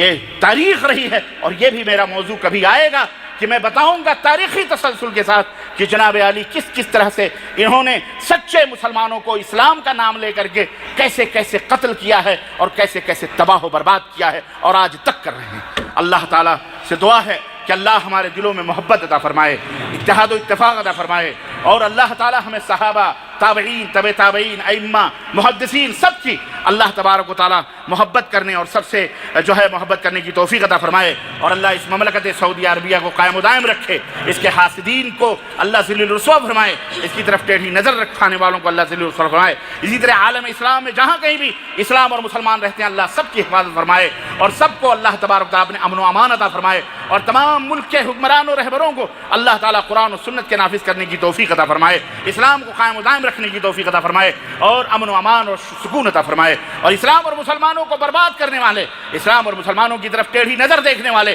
اسلام اور مسلمانوں کے خلاف قید اور مکر اور سازش کرنے والے، اللہ ان کے اوپر اپنی لعنتیں فرمائے، اللہ ان کے اوپر قہر کی بجلیاں نازل فرمائے، اللہ ان کے زمینوں کے نیچے سے زلزلے نازل فرمائے، اور اللہ تعالیٰ ان کی آنکھوں کو اندھا فرمائے، ان کی زبانوں کو گونگ فرمائے۔ آمین یا رب العالمین۔ بارک اللہ لنا ولکم فی القرآن العظیم ونفعني وإياكم بالآيات والذكر الحكيم إنه تعالى جواد كريم ملك بالرؤوف الرحيم۔ إن الحمد لله نحمده ونستعينه ونستغفره ونؤمن به ونتوكل عليه ونعوذ بالله من شرور أنفسنا ومن سيئات أعمالنا من يهده الله فلا مضل له ومن يضلل فلا هادي له وأشهد أن لا إله إلا الله وأشهد أن محمدا عبده ورسوله أما بعد فإن خير الحديث كتاب الله وخير الهدي هدي محمد صلى الله عليه وسلم وشر الأمور محدثاتها وكل محدثة بدعة وكل بدعة ضلالة وكل ضلالة في النار۔ قال الله تبارك وتعالى في كلامه المجيد: يا أيها الذين آمنوا اتقوا الله حق تقاته ولا تموتن إلا وأنتم مسلمون۔ يا أيها الناس اتقوا ربكم الذي خلقكم من نفس واحدة وخلق منها زوجها وبث منهما رجالا كثيرا ونساء واتقوا الله الذي تساءلون به والأرحام إن الله كان عليكم رقيبا۔ يا أيها الذين آمنوا اتقوا الله وقولوا قولا سديدا يصلح لكم أعمالكم ويغفر لكم ذنوبكم ومن يطع الله ورسوله فقد فاز فوزا عظيما۔ اللهم صل على محمد وعلى آل محمد كما صليت على إبراهيم وعلى آل إبراهيم إنك حميد مجيد۔ اللهم بارك على محمد وعلى آل محمد كما باركت على إبراهيم وعلى آل إبراهيم إنك حميد مجيد۔ تمام قسم کی حمد و ثنا، کبریائی اور بڑائی اس اللہ عز و جل کے لیے لائق و زیبہ ہے جس نے ہمیں اور آپ کو پیدا فرمایا، اور بیش بہا درود و سلام اس ذات مبارکہ مطہرہ پر جن کا نام نامی اسم گرامی احمد مجتبیٰ محمد مصطفیٰ صلی اللہ علیہ وسلم۔ برادران اسلام، نوجوان دوستوں، بزرگوں اور بھائیوں، آج بتاریخ 7 صفر 1437 مطابق 20 نومبر سن 2015 عیسوی کے اس خطبہ جمعہ میں میں اپنے پچھلے موضوع کی تکمیل کرنے کی سعادت حاصل کر رہا ہوں۔ میرا پچھلا جو موضوع تھا وہ آپ حضرات کو پتہ ہے، واقعات کربلا کی حقیقت یا کربلا کی کہانی اہل بیت کی زبانی۔ انشاءاللہ تبارک تعالیٰ تاریخی حوالے سے میں نے کچھ حقیقتیں آپ حضرات کی خدمت میں رکھی تھیں، اور سلسلہ وار نبی کریم صلی اللہ علیہ وسلم کی وفات کے بعد خلیفۃ الرسول، اول خلیفہ، سب سے پہلے خلیفہ سیدنا ابوبکر صدیق، اس کے بعد سیدنا عمر فاروق اعظم، اس کے بعد سیدنا عثمان غنی، اس کے بعد سیدنا علی ابن ابی طالب، اس کے بعد سیدنا حسن ابن علی، اور اس کے بعد سیدنا امیر معاویہ رضوان اللہ تعالی علیہم اجمعین۔ میں نے ان سب کی تاریخ مدت خلافت بھی آپ حضرات کی خدمت میں رکھی تھی، اور میں نے بتایا تھا کہ اس کے بعد حضرت امیر معاویہ رضی اللہ تعالیٰ عنہ نے 20 برس تک بلا شرکت غیر حکمرانی کی، اور پھر اپنی حیات میں، اپنی زندگی ہی میں اپنا ولی عہد، اپنا جانشین، اپنے صاحبزادے، اپنے بیٹے یزید ابن معاویہ رحمہ اللہ کو انہوں نے تمام مسلمانوں کے مشوروں سے منتخب کیا۔ حضرات گرامی قدر، حقیقت یہ ہے کہ کربلا کا جو واقعہ ہے یہ رونما کیسے ہوا، اور اس کے حقائق کیا ہیں، اور اس تعلق سے بہت ساری باتیں جو مسلمانوں کے پاس موجود رہی ہیں، اور حقیقی جو واقعہ ہے، گھر والے کی شہادت سب سے افضل اور سب سے بہترین ہوتی ہے۔ اس واقعہ کربلا کو میں نے آپ کو شروع سے بتایا تھا کہ کچھ ایسے ہر دور میں یہ حقیقت رہی ہے کہ اہل باطل، شر پسند قسم کے لوگ، وہ کوشش یہ کرتے ہیں کہ اپنی نسبت ایسی شخصیات یا ایسے لوگوں سے کی جائیں جن کے ساتھ نسبت کر کے وہ خود کو معتبر اور مقبول لوگوں کی نظروں میں محبوب بنائیں، اور اس بہانے سے وہ اپنے باطل افکار، عقائد، مذاہب اور خیالات کو لوگوں کے درمیان ڈالنے کی کوشش کریں۔ یہ ہر دور میں یہ بات رہی ہے، دوست بن کے پیٹھ میں چھرا گھونپنے کی یہ جو تکنیک ہے اور یہ جو سیاست ہے ہر دور میں رہی ہے، اور آج تک وہ سیاست چلی بھی آ رہی ہے۔ یہی حال کچھ یوں ہوا، شیعہ حضرات انہوں نے بھی یہی حال کیا۔ حضرت علی ابن ابی طالب رضی اللہ تعالیٰ عنہ اور اہل بیت سے اپنے تعلق کو جوڑنے کی کوشش کی، بلکہ جوڑا، اور انہوں نے ان کی محبت اور ان کی الفت کا دم بھرا، اور دنیا کو یہ باور کرانے کی کوشش کی کہ ہمیں حقیقی طور پر ان سے محبت ہے۔ حالانکہ یہ جیسا کہ میں نے بتایا کہ اس فرقے کو، رافضی فرقے کو پیدا کرنے والا وہی عبداللہ ابن سبا یہودی، جو یہودی تھا اصل میں، لیکن اس کی بھی سازش اور اس کی بھی تکنیک دیکھیے کہ وہ بھی مدینہ آیا، حضرت عثمان غنی کے ہاتھوں پر کلمہ پڑھا، اور کلمہ پڑھ کے اپنی نسبت گویا کہ داماد رسول حضرت سیدنا عثمان غنی رضی اللہ تعالیٰ عنہ کی طرف کر کے صحابہ کی شاگردی اختیار کر کے، اور اس طرح سے اس نے اپنے سموم، اپنے زہر اور اس کے جو باطل خیالات، اور باطل تو خیالات یہودی ہی ہیں، انہوں نے اپنی دشمنی اس طرح سے ادا کری کہ دوست بن کر کے اور حضرت علی کی محبت قدم بھر کر کے اور کلمہ پڑھ کر کے، کلمے کی محبت قدم بھر کے، اس طرح سے اس نے مسلمانوں کے درمیان ایسے لوگوں کو پیدا کیا، اور اس طرح سے جناب علی، اس کے پاداش میں سیدنا عثمان غنی شہید ہوئے، سیدنا علی بن ابی طالب شہید ہوئے، اور اسی طرح سے سیدنا امیر معاویہ کو زخم لگے۔ یہی سلسلہ چلتا چلتا حضرت حسن کو بھی چھرے مارے گئے، اور وہ بھی گویا زہر دے کر، زہر کے ذریعے سے انہیں بھی شہید کیا گیا، اور اس طرح سے سلسلہ چلا تو جناب علی سیدنا حسین ابن علی رضی اللہ تعالی عنہما تک یہ سلسلہ آیا۔ یہ ہر دور میں رہا ہے، اور جھوٹ کو سچ اور سچ کو جھوٹ بنانے کی کوششیں ہر دور میں رہی ہیں۔ چنانچہ یہی کچھ قصہ واقعات کربلا کے ساتھ بھی ہوا۔ ایک راوی ہے، راوی کہتے ہیں روایت کرنے والے کو، بیان کرنے والے کو، جس کا نام تاریخ میں ابو مخنف، اور ایک راوی ہے ہشام بن محمد صاحب۔ یہ وہ راوی ہیں جنہوں نے واقعات کربلا کو شروع میں سب سے پہلے انہوں نے اس کو بیان کیا، اور انہوں نے خوب اس کے اندر اس نے غلو کر کے، نمک مرچ لگا کر کے امت کے درمیان اختلافات کو ہوا دینے کی کوشش کی۔ علامہ حافظ ابن تیمیہ رحمہ اللہ اپنی کتاب منہاج السنہ میں تحریر فرماتے ہیں کہ ابو مخنف و ہشام بن محمد بن صائب وامثالہما من المعروفین بالکذب عند اہل العلم، کہ ابو مخنف اور ہشام بن محمد بن صائب یہ وہ لوگ ہیں جو جھوٹ بولنے میں اقتا ہیں، اور مشہور ہیں تمام محدثین کے نزدیک کہ یہ بڑے کذاب اور بڑے جھوٹے لوگ ہیں۔ منہاج السنہ کے اندر، اور علامہ ذہبی نے الاعتدال اپنی کتاب کے اندر اس بات کو لکھا۔ تو ہشام، ابو مخنف اور ہشام، یہ دو راوی ہیں، یہ جس روایت کو بیان کریں یہ سمجھ لو کہ یہ روایت گڑھی ہوئی، جھوٹی موضوع ہے۔ انہوں نے واقعات کربلا کے موضوع پر کتابیں لکھی اور اس کے اندر خوب رتب و یابس اور خوب اپنی طرف سے اپنا بغض نکالنے کی کوشش کی۔ چنانچہ میں آپ کو ایک دو مثالیں آپ کو دیتا ہوں۔ ابو مخنف جو راوی ہے، اس کی اپنی ایک کتاب ہے جس کا نام ہے مقتل حسین رضی اللہ تعالیٰ عنہ۔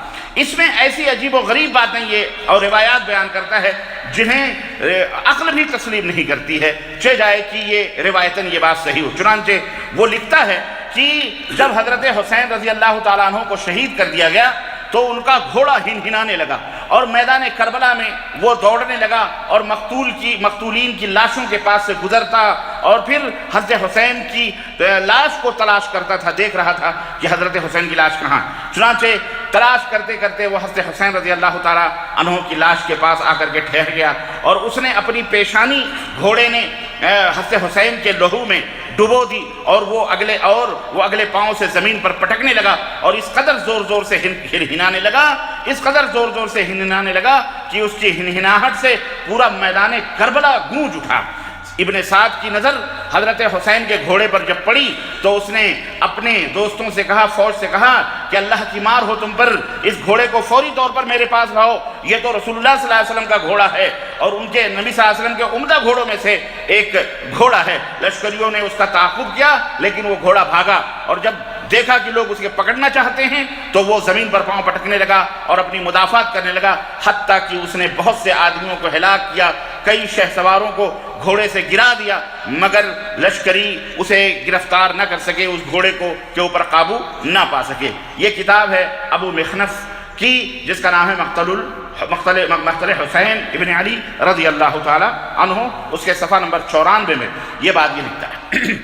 آپ دیکھیے، گھوڑا اگر اتنی ہی بڑا وہ ہوتا تو جناب علی وہ لاشوں کو کیا ضرورت تھی اس کو ڈھونڈنے کی، حضرت حسین کی لاشی کے پاس پہنچ جاتا اور اتنی یعنی اس طرح سے یہ اور پھر پورا میدان کربلا اس کی ہنہناہٹ سے یہ ہو گیا۔ اب اس کو جب باطل پرست لوگ یہ بیچارے بھولے بھالے کیا کہیں، یہ سیانے لوگ ہیں، ان کو تیار کیا گیا ہے مسلمانوں کو برباد کرنے کے لیے، مسلمانوں کو ختم کرنے کے لیے۔ جیسے آج کل آپ دیکھ رہے ہو جو حالات پیدا ہو رہے ہیں مسلمانوں، آج بھی وہی حال ہے۔ یہ داعش اور یہ نصرہ اور یہ تمام سب جو تنظیمیں تحریکیں آج دنیا کے اندر بم بلاسٹ کر رہی ہیں، یہ کون لوگ ہیں؟ ان کے نام مسلمانوں جیسے ہیں لیکن ان کو تیار کرنے والے یہی اسرائیلی ہیں، یہی یہودی، یہی امریکی اور یہی جو ہے دشمنان اسلام ہیں۔ آج اگر سیریا کے اوپر بم بلاسٹ ہو رہا ہے، فرانس اپنا بدلہ لینے کی کوشش کر رہا ہے، کس کو مار رہا ہے؟ کون سے داعش مارے جا رہے ہیں؟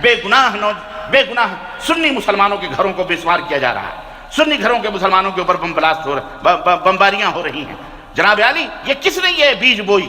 یہ دراصل یہ ایک سازش ہے، یہ ایرانی سازش ہے، یہ مکمل یہودیت کے ساتھ ملی ہوئی امریکہ نے داعش کو تیار کیا۔ جس طرح سے افغانستان کے اندر امریکہ نے اپنے فوجیوں کو اتارے، اس کی اپنی سیاستیں اور افغانستان کو برباد کیا اور آج تک وہ برباد ہو رہا ہے، اور اسی طرح سے اس کے پڑوسی ملکوں کو برباد کیا جا رہا ہے دہشت گردانہ طریقے سے، اور مسلمانوں کو چین کی نیند نہیں سونے دی جا رہی ہے۔ یہ ساری سازشیں یہ ان میں ملوث ہیں یہی ایرانی ایجنٹ اور یہی شیعہ، یہی رافضی، یہ مکمل طور پر یہ نصیری، یہ خبیث جو جس کا بشار جس کا نام ہے، یہ کون ہے؟ یہ نصیری شیعہ ہے، خبیث یہ شیعہ ہے، یہ رشیوں کے ساتھ مل کر کے، امریکہ کے ساتھ مل کے آج بھی۔ یہ کہنے کا مطلب یہ کہ کوئی یہ اسی زمانے سے شروع سے ہی یہ آج تک یہی دہشت گردی اور یہی آتنکوادیت اور یہی ٹیررزم کو فروغ دے رہے ہیں، اور نام ہو رہا ہے کہ جناب علی سعودی عرب کر رہا ہے، مسلمان کر رہے ہیں، سنی لوگ ہیں جو شیعوں کو مار رہے ہیں۔ عراق کو چھین کر کے ایران کے حوالے کیا، کس نے کیا؟ سنیوں نے کیا، انہی امریکیوں نے اور انہی دشمنان اسلام نے کیا۔ اور وہاں بھی سنیوں کو جو مارا گیا، جو پیٹا جا رہا ہے اور جو کاٹا جا رہا ہے، یہ کون کر رہا ہے؟ لیکن نہیں، چور مچائے شور، یہ چور ہیں اور خود ہی شور مچاتے ہیں، اہل السنہ والجماعت کے خون سے ہولی کھیلتے ہیں۔ خیر، عرض کرنے کا مطلب یہ ہے کہ کوئی بھی ہو، قتل و خون، غارت گری، بہرحال اسلام اس کو پسند نہیں کرتا۔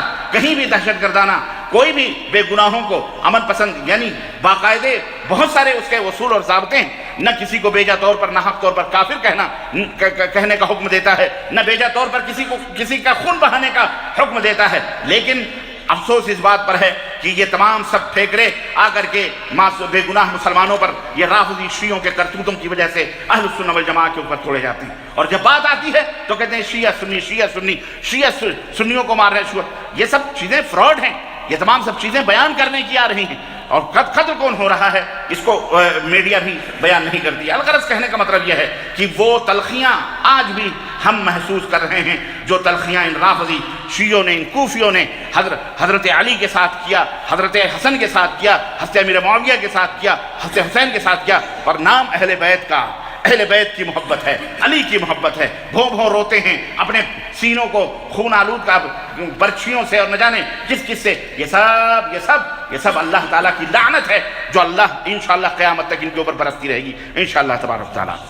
میرے عزیزوں، میرے دوستوں اور بھائیوں، اس لیے میں یہ واقعات کی حقیقت آپ کے ذہنوں میں بٹھانا چاہتا ہوں کہ افسوس تو اس بات کا بھی ہے کہ ہمارے اپنے آپ بھی کچھ سنی کہنے والے سن کر کے ادھر ادھر کی جھوٹی روایتیں، قبر پرست مجاوری کرنے والے، درگاہ پوجنے والے، یہ بھی ان کے ساتھ مل کر کے، اور جناب علی ان کی ہاں میں ہاں، شیعوں کی ہاں میں ہاں، یہ بھی انہی کی پیداوار لگتا ہے کہ یہ انہی کی پیداوار، کہتے ہیں کہ ہم ان کے خلاف ہیں لیکن بات وہی کرتے ہیں، عقیدے وہی رکھتے ہیں، یہی مولا علی یہ بھی پکارتے ہیں، یا علی مشکل کشا یہی پکارتے ہیں، یا حسین المدد یہی پکارتے ہیں، سب کچھ وہی کرتے ہیں، لیکن نام انہوں نے چینج کیا ہوا۔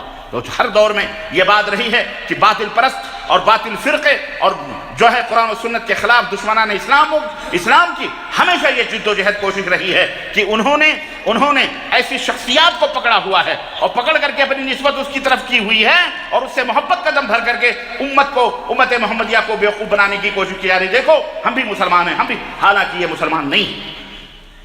اس لیے اس تعلق سے بہت ہی سیدھی سادھی بات میں آپ حضرات کی خدمت کربلا کے واقعات کے تعلق سے جو رکھ رہا ہوں، اس کی حقیقت یہی ہے تاکہ آپ کا ذہن صاف رہے، آپ اپنے دماغوں کو اور ان واقعات کو ذہن میں رکھیں گے تو انشاءاللہ تبارک تعالیٰ کوئی بھی گمراہ نہیں کر سکتا، آپ اس کو منہ توڑ جواب بھی دے سکتے ہیں۔ تو بہرحال اسی طرح سے یہی ابو مخنف شیعہ غالی قسم کا شیعہ جناب علی اپنی کتاب مقتل حسین میں ایک دوسری جگہ لکھتا ہے کہ جب حضرت حسین کی شہادت ہوئی اور نواز رسول کی لاش کربلا کے اندر گری، اس دن آسمان سے خون کی بارش ہوئی، اس دن آسمان سے حضرت علی شہید ہوں جو حضرت حسین کے ابا ہیں، خون کی بارش بولو نہ ہو، حضرت حسن شہید ہوں جو حضرت حسین کے بڑے بھائی ہیں، خون کی بارش۔ اجی اور تو اور ہے سردار کائنات، تمام نبیوں سے افضل، آدم سے لے کر کے حضرت عیسیٰ تک اور پھر حضرت عیسیٰ قیامت تک آنے والی تمام انسانوں اور جناتوں میں ثقلین کے تاجدار ہمارے اور آپ کے نبی حضرت محمد الرسول اللہ صلی اللہ علیہ وسلم کی وفات ہو، آسمان سے خون تو کیا پانی کی بھی بارش نہ ہو، آسمان سے آنسو بھی نہ ٹپکے۔ دیکھیں غلو، دیکھیں آپ ایک شخصیت، اور میں آپ کو بتاؤں، آپ سب جانتے ہوں گے اس حقیقت کو، یہ وہ فرقے ہیں جنہوں نے اللہ کی قسم بتلا رہا ہوں کہ انہوں نے رسول اللہ سے بھی زیادہ بلند مقام ان کو عطا کیا، ان کے عقیدے ہیں، اللہ جیسے صفات ان کے اندر تسلیم کرتے ہیں۔ لی خمسۃ اطفی بہا حر الوبا والحاتمہ المصطفیٰ والمرتضیٰ وابناہما والفاطمہ، پاک پنجتن پاک کے عقیدے سے کہتے ہیں ہمارے پاس 5 خنجر پاک ہے، جب بھی ہمارے اوپر مصیبتیں آتی ہیں ہم ان کو پکار لیتے ہیں اور اس طرح سے ساری مصیبتیں ہماری دور ہو جاتی ہیں۔ اللہ سے بھی بڑھ کر کے ان کے بارے میں یہ عقیدہ رکھے جاتے ہیں۔ الغرض اسی قسم کے غالی قسم کے راوی کتابیں لکھ کر کے ان کو مسلمانوں کے ہاتھوں میں دے دی انہوں نے۔ مسلمان آج 1300 برس پہلے 1200 برس پہلے یہ کتابیں لکھی گئی، کس کو پتا ہے کس نے کیا لکھا؟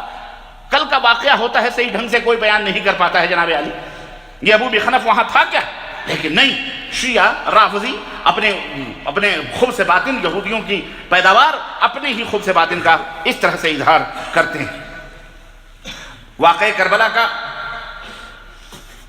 اس طرح سے واقعہ کربلا کا ایک راوی ہے عمار الدہنی، اس کے بارے میں یہ بھی شیعہ ہے لیکن اہل السنہ والجماعہ کا بیان ہے کہ یہ ایسا غالی قسم کا یعنی نہایت ہی متعصب قسم کا شیعہ نہیں تھا، البتہ یہ ہے یہ کوئی بھی بات بیان کرتا تھا تو سچا بیان کرتا تھا۔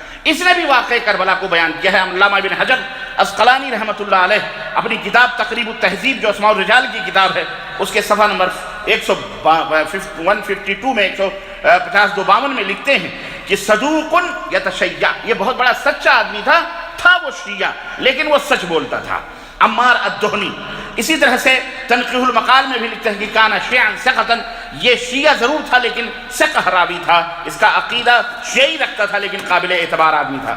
عمار دہنی یہ شیعہ اور سنی دونوں کے نزدیک قابل اعتبار ہے، شیعہ بھی اسے قابل اعتبار مانتے ہیں اور اہل السنہ بھی اسے قابل اعتبار مانتے ہیں۔ تاریخ طبری، تہذیب التہذیب، الاصابہ فی تمییز الصحابہ، یہ اہل السنہ والجماعہ کی کتابیں، علامہ ابن حجر کی، علامہ ذہبی کی، طبری کی، اور یہ کتابوں کے اندر یہ تمام سب باتیں موجود ہیں۔ چنانچہ آئیے اس کی زبانی کربلا کا واقعہ سنتے ہیں جو دونوں کے ہم معتبر ہے، وہ بھی معتبر، شیعہ بھی مانتا ہے، یہ بھی مانتا ہے۔ اب سنیے اس کی روایتوں کو یہ لوگ کس طرح چھپاتے ہیں، ہم انہی کی کتاب سے اس بات کو نوٹ کرتے ہیں۔ عمار دہنی یہ روایت کرتا ہے، اس نے کہا کہ محمد بن علی بن حسین، محمد بن علی بن حسین، یہ کون ہے محمد بن علی بن حسین؟ حضرت حسین کے پوتے ہیں جن کو ابو جعفر بھی کہا جاتا ہے، جن کو باقر بھی کہا جاتا ہے، ابو جعفر باقر لقب ہے، ٹھیک ہے؟ تو یہ ان کے پوتے ہیں۔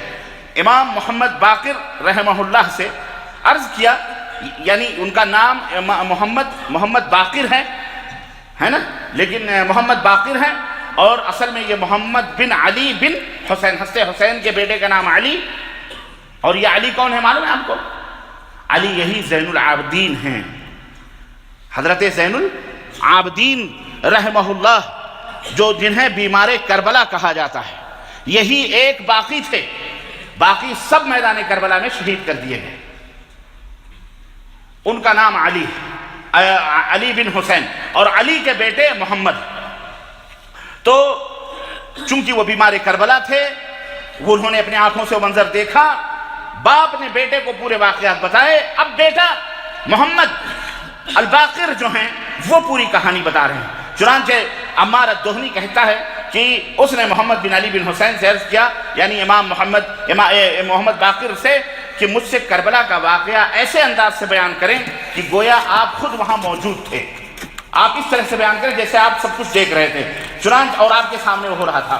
اس پر محمد باقر رحمہ اللہ نے واقعہ کربلا بیان کرنا شروع کیا اور انہوں نے بیان، اب آئیے ان کی زبانی، یہ بھی اہل بیت ہیں، اہل بیت کی زبانی کربلا کی کہانی آپ سماعت فرمائیں۔ لکھتے ہیں، کہتے ہیں کہ امیر معاویہ رضی اللہ تعالیٰ عنہ کے انتقال کے بعد ولید ابن عتبہ بن ابو سفیان، جو حضرت معاویہ رضی اللہ تعالیٰ عنہ کا بھتیجا اور یزید کا چچیرا بھائی، یزید کے چچیرے بھائی تھے، یہ مدینے کے گورنر تھے۔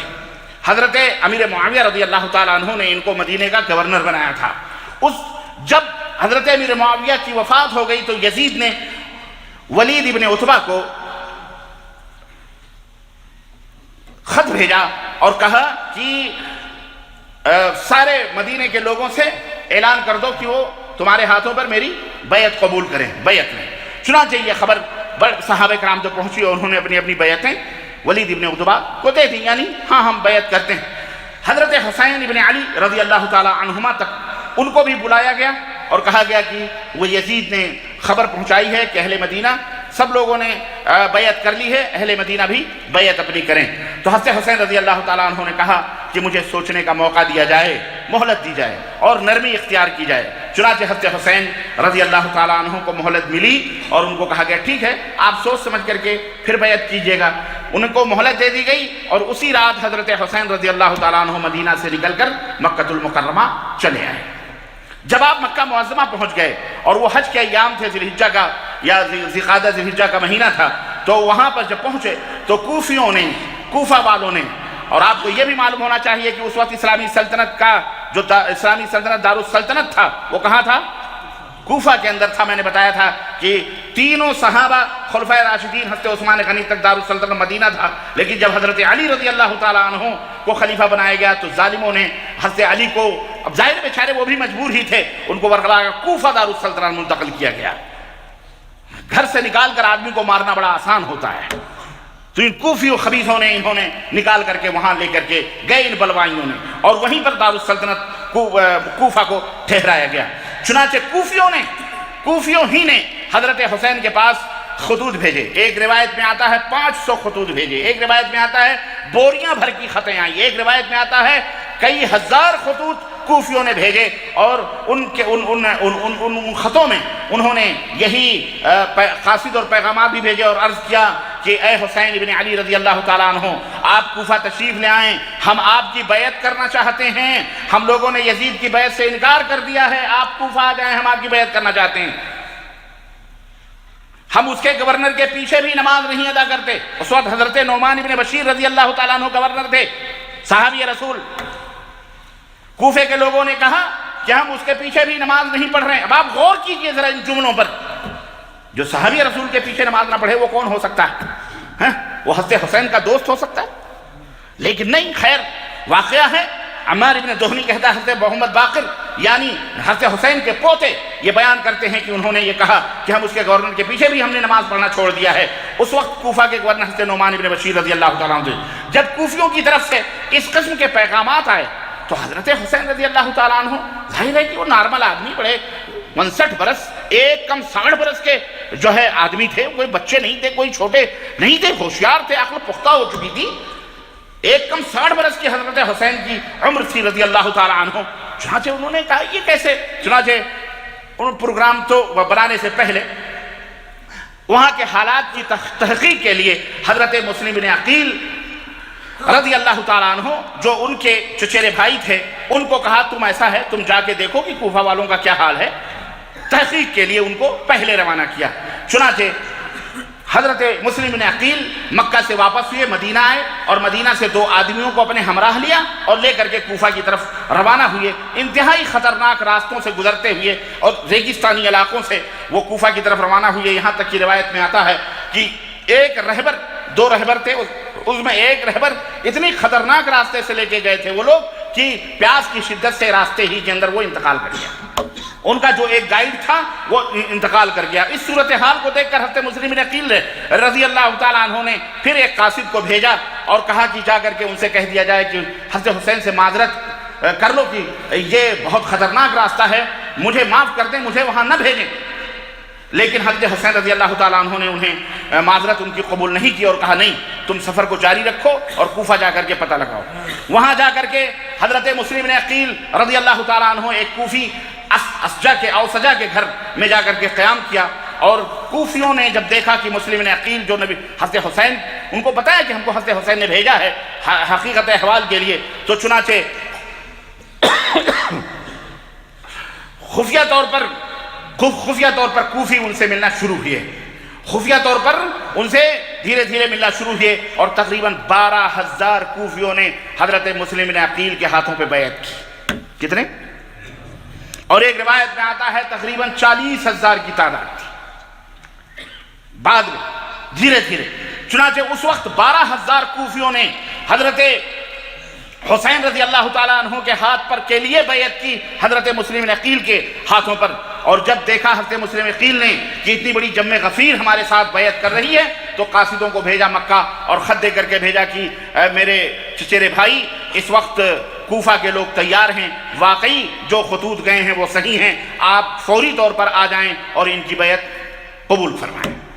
ادھر قاصد گیا ادھر مدینہ مکہ ان کا پیغام لے کر کے، اور ادھر امام مسلم نے جو ہے کوفہ کے جو گورنر حضرت نعمان ابن بشیر رضی اللہ تعالیٰ عنہ نے جب دیکھا یہ حال چال، خاموش رہے وہ سیدھے سادے آدمی، لیکن ایک یزید ابن معاویہ کے چاہنے والوں میں سے ایک شخص جس کا نام عبداللہ ابن مسلم حضرمی تھا، اس نے حضرت نعمان ابن بشیر سے کہا کہ شہر کے حالات خراب ہو رہے ہیں، لوگ یزید کی بیعت کے بجائے مسلم بن عقیل کے ہاتھوں بیعت کر رہے ہیں اور آپ خاموش بیٹھے، آپ کچھ نہ کچھ کیجئے۔ لیکن ان کی خاموشی بدستور قائم رہی۔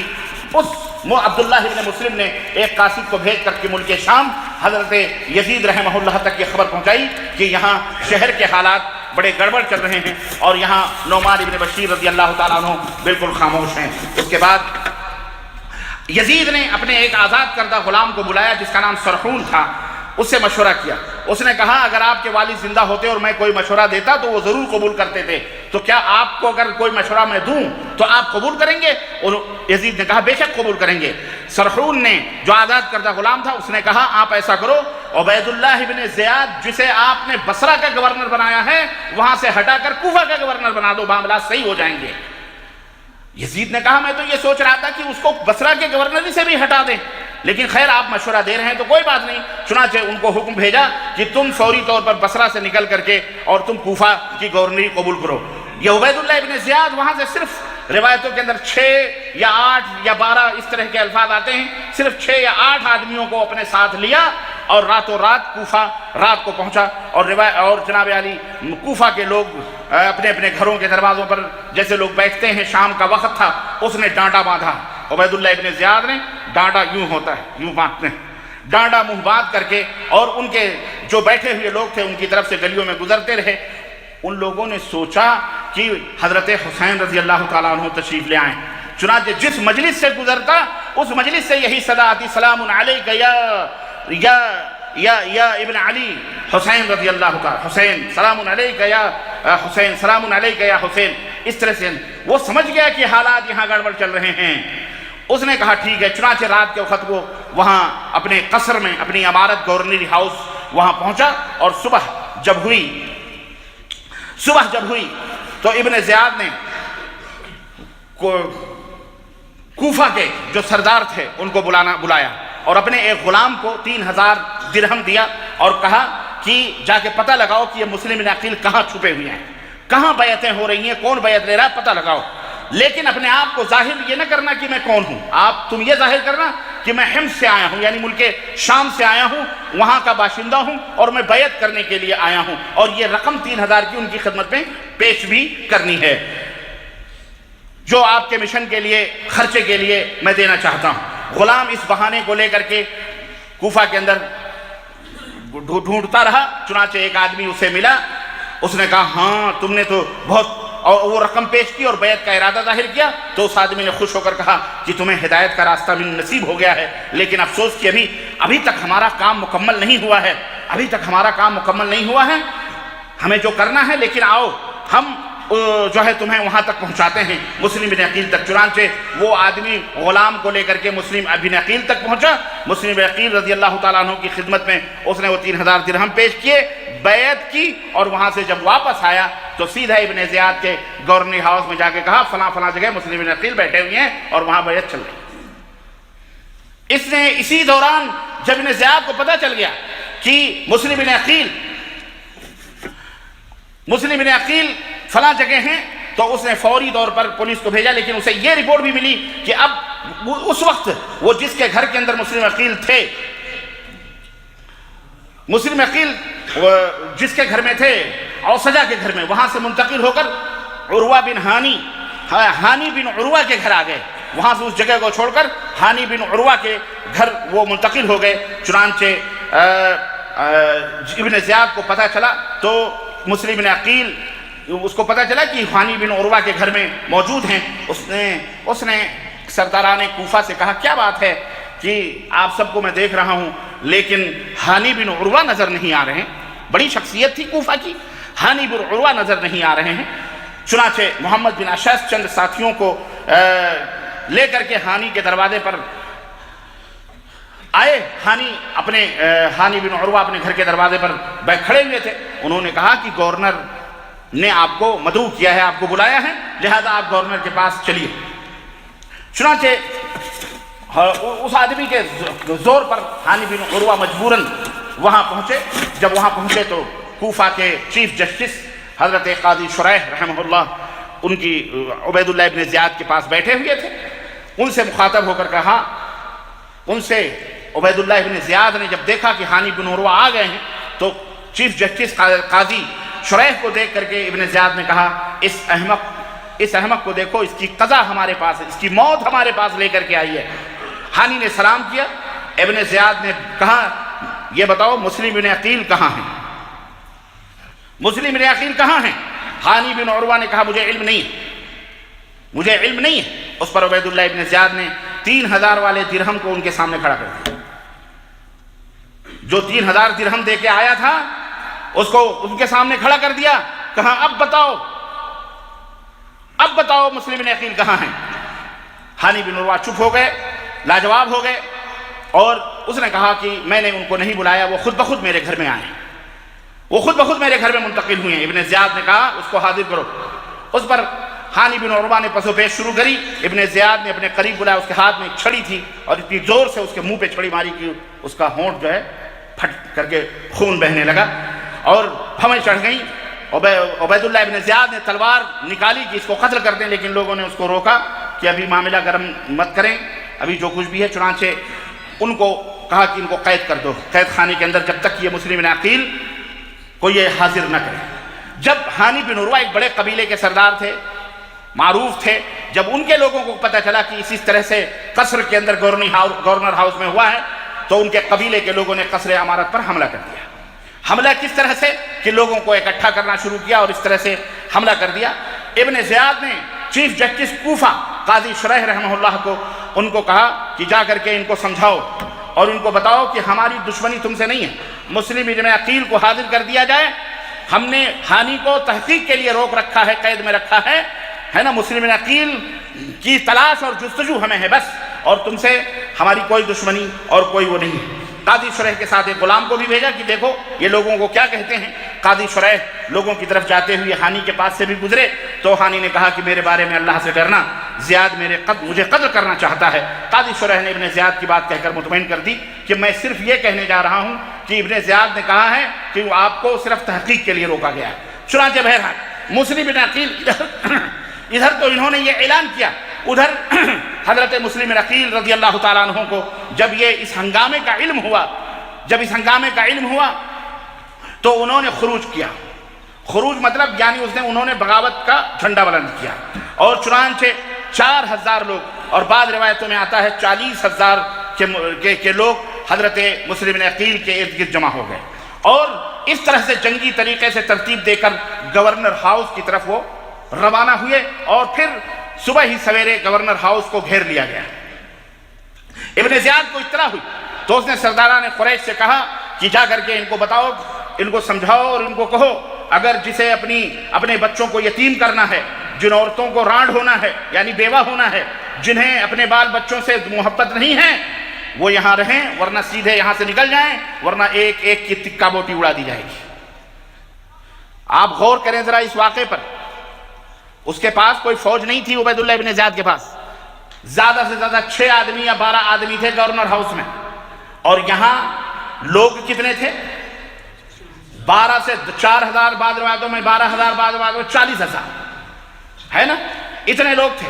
اور یہ ہمارے دور کا زمانہ نہیں ہے کہ جناب علی کسی کے پاس ہتھیار نہیں، ایک چاقو بھی نہ ملے، پولیس تلاشی کر کے نوچ لے۔ وہ زمانہ تھا کہ جب چھوٹے سے چھوٹے آدمیوں کے پاس بھی تلوار، خنجر، تیر، تفنگ ہوا کرتے تھے، ہوتے تھے کہ نہیں ہوتے تھے؟ وہاں اسلحے کے عرب چلتے تھے، وہ اسلحے والے ہوتے تھے۔ عبید اللہ ابن زیاد کو صرف پھونک دیتے تو اڑ جاتا وہ، لیکن ایک ذرا سی گیدڑ بھبکی اس کو کہہ لیں یا اس کی وارننگ کہہ لیں عبید اللہ ابن زیاد کی، ان بزدل کوفیوں نے کیا حشر کیا پتہ ہے آپ کو؟ تاریخ میں آتا ہے 40,000 یا 12,000 یا 4,000 کجھم میں غفیر گورنری ہاؤس کو گھیرے ہوئے تھا، مسلم بن عقیل اس کی قیادت کر رہے تھے۔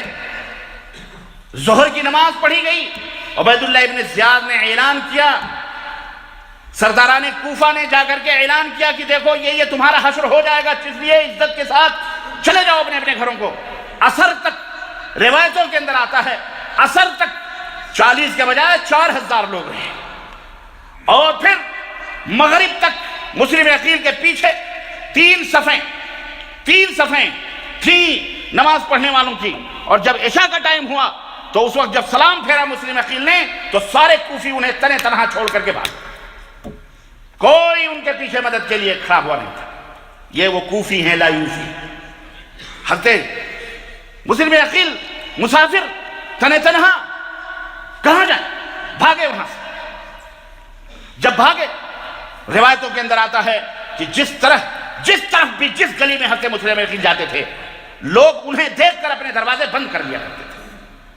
ایک دروازے پر پہنچے ایک عورت کھڑی تھی، انہوں نے ان سے کہا کہ اللہ کی بندی مجھے ایک گلاس پانی پلا دو، بہت پیاس لگی ہے، کوفہ والوں نے ہمارے ساتھ دغا کیا ہے، ہائے میں نے تو خط بھیج دیے، میرا بھائی وہاں سے چل چکا ہوگا، ہائے اس کا کیا حشر ہوگا، جب میرے ساتھ انہوں نے یہ دغا بازی کری تو اس کے ساتھ کیوں نہیں دغا بازی کری۔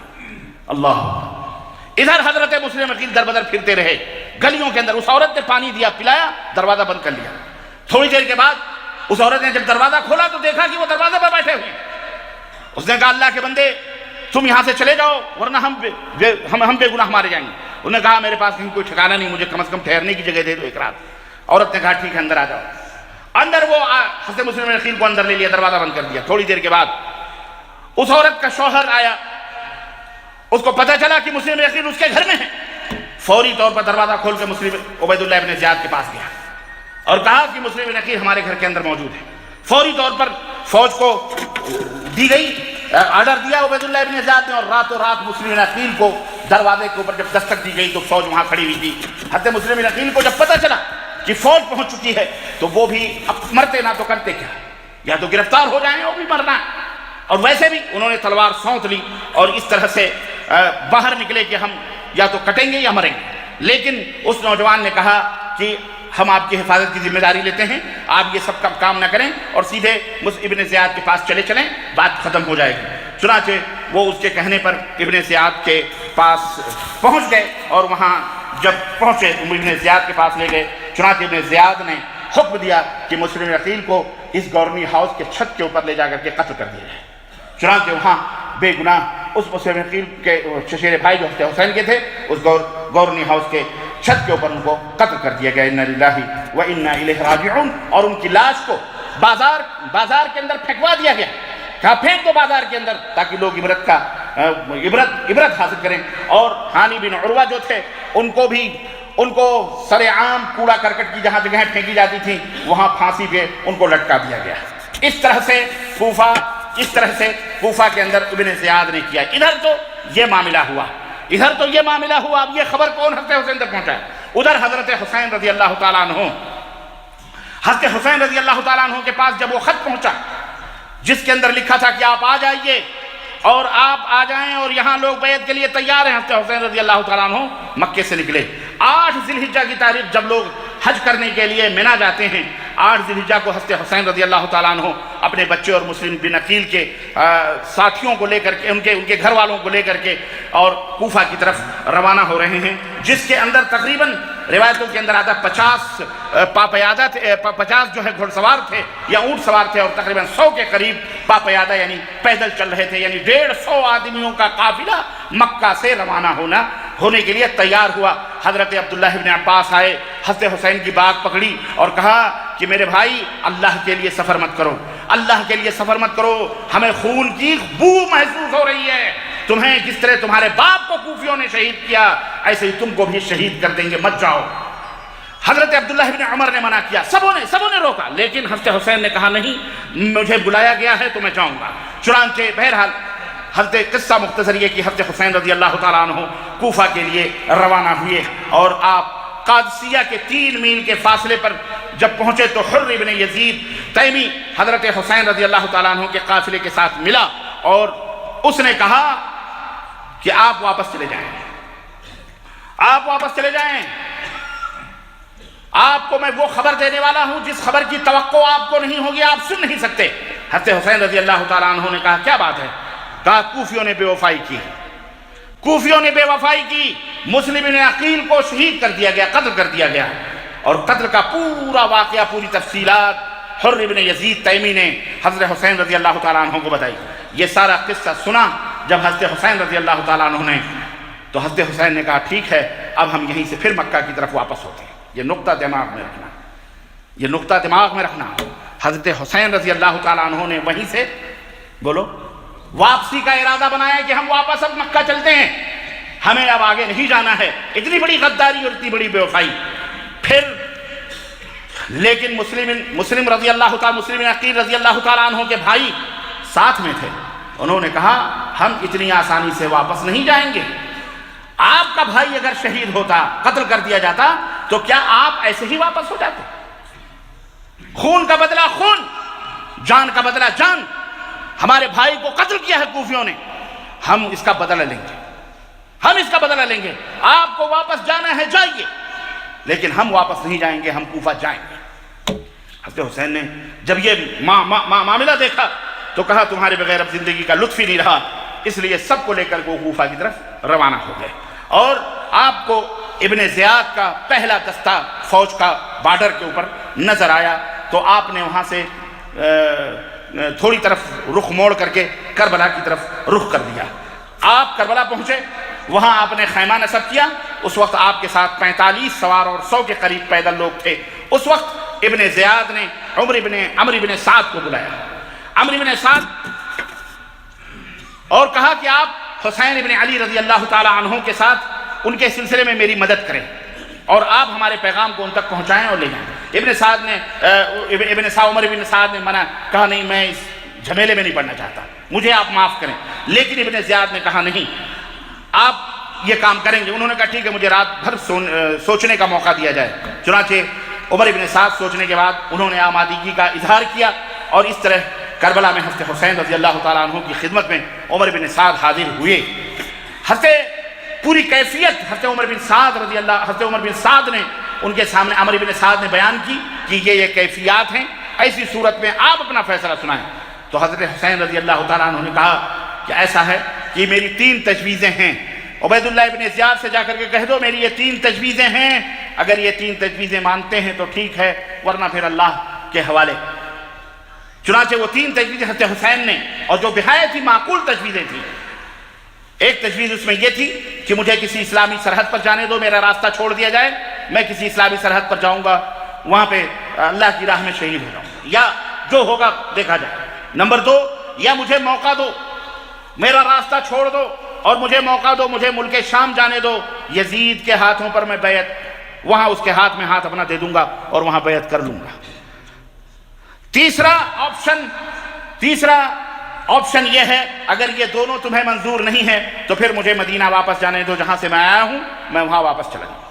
چنانچہ حضرت عمر بن سعد یہ تینوں آپشنز لے کر کے عبید اللہ ابن زیاد کے پاس پہنچے اور عبید اللہ ابن زیاد کے سامنے یہ تجویز رکھی.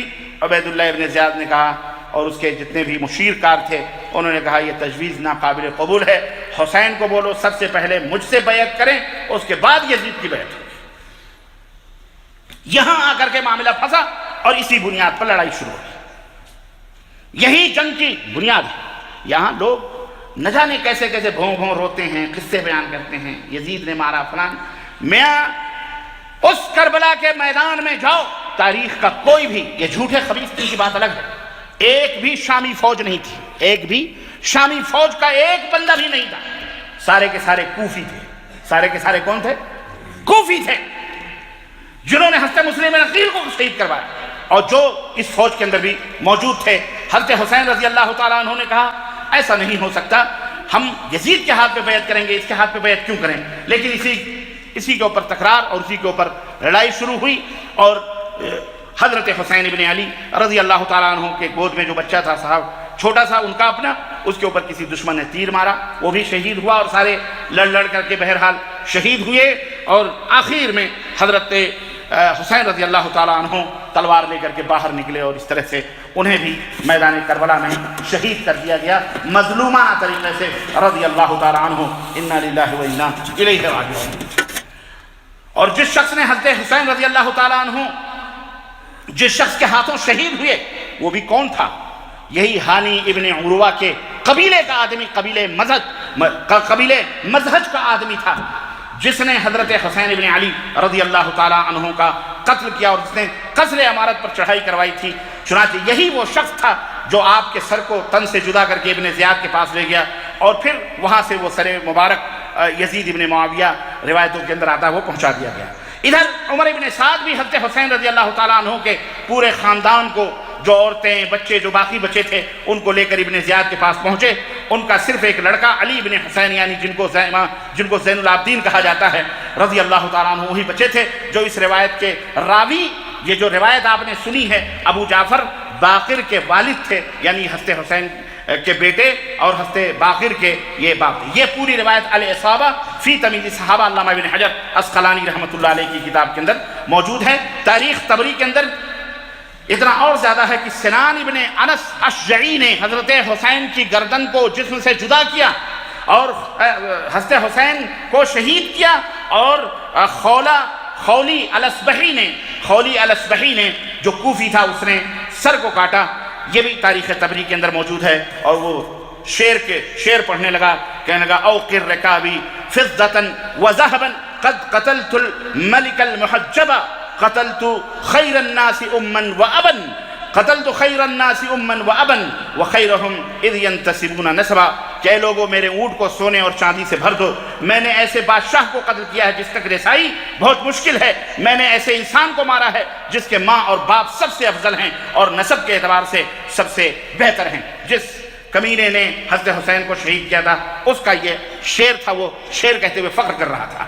الغرض میرے عزیزو، کوفہ مکمل طریقے سے جس طرح مدینہ بلوائیوں کا اڈا بن چکا تھا، کوفہ بھی مدائیوں بائی، اور یہ سارے یہودی سازشیں ابن سبائی گروپ، سبائی ابن سبا کی تیار کردہ یہ لوگ تھے جو چاروں طرف سے وائرس کی طرح پھیلے ہوئے تھے۔ جس طرح آج اس دنیا کے اندر چلا رہے ہیں لوگ کہ جناب کوئی القاعدہ چلا رہا ہے، کوئی داعش چلا رہا ہے، کوئی نصر چلا رہا ہے، کہ اسی طرح سے اس کے وائرس وہ دیکھو پاکستان میں پہنچے ہوئے، وہ دیکھو ہندوستان میں، وہ دیکھو برطانیہ میں، وہ دیکھو امریکہ کے اندر، سارے اس کے وائرس پھیلے ہوئے ہیں۔ یہ سبائی گروپوں کے وائرس اسی وقت سے پورے ملت اسلامیہ کو اندرونی طور پر کھوکھلا کر رہے تھے اور آج تک یہ کھوکھلا کر رہے ہیں، اور یہی وہ کڑیاں ہیں جو آج تک ہم لوگ اس تلخی کو محسوس کر رہے ہیں اور اس کو کر رہے ہیں۔ اس میں کوئی شک نہیں، حضرت حسین رضی اللہ تعالیٰ عنہ مظلومانہ طور پر شہید ہوئے، ہم سب کو اس کا افسوس ہے، اور ہم ان کے لیے دعا کرتے ہیں کہ اللہ تعالیٰ انہیں شہادت کا اعلیٰ مقام عطا فرمائے۔ وہ سیدہ شباب اہل الجنہ ہیں،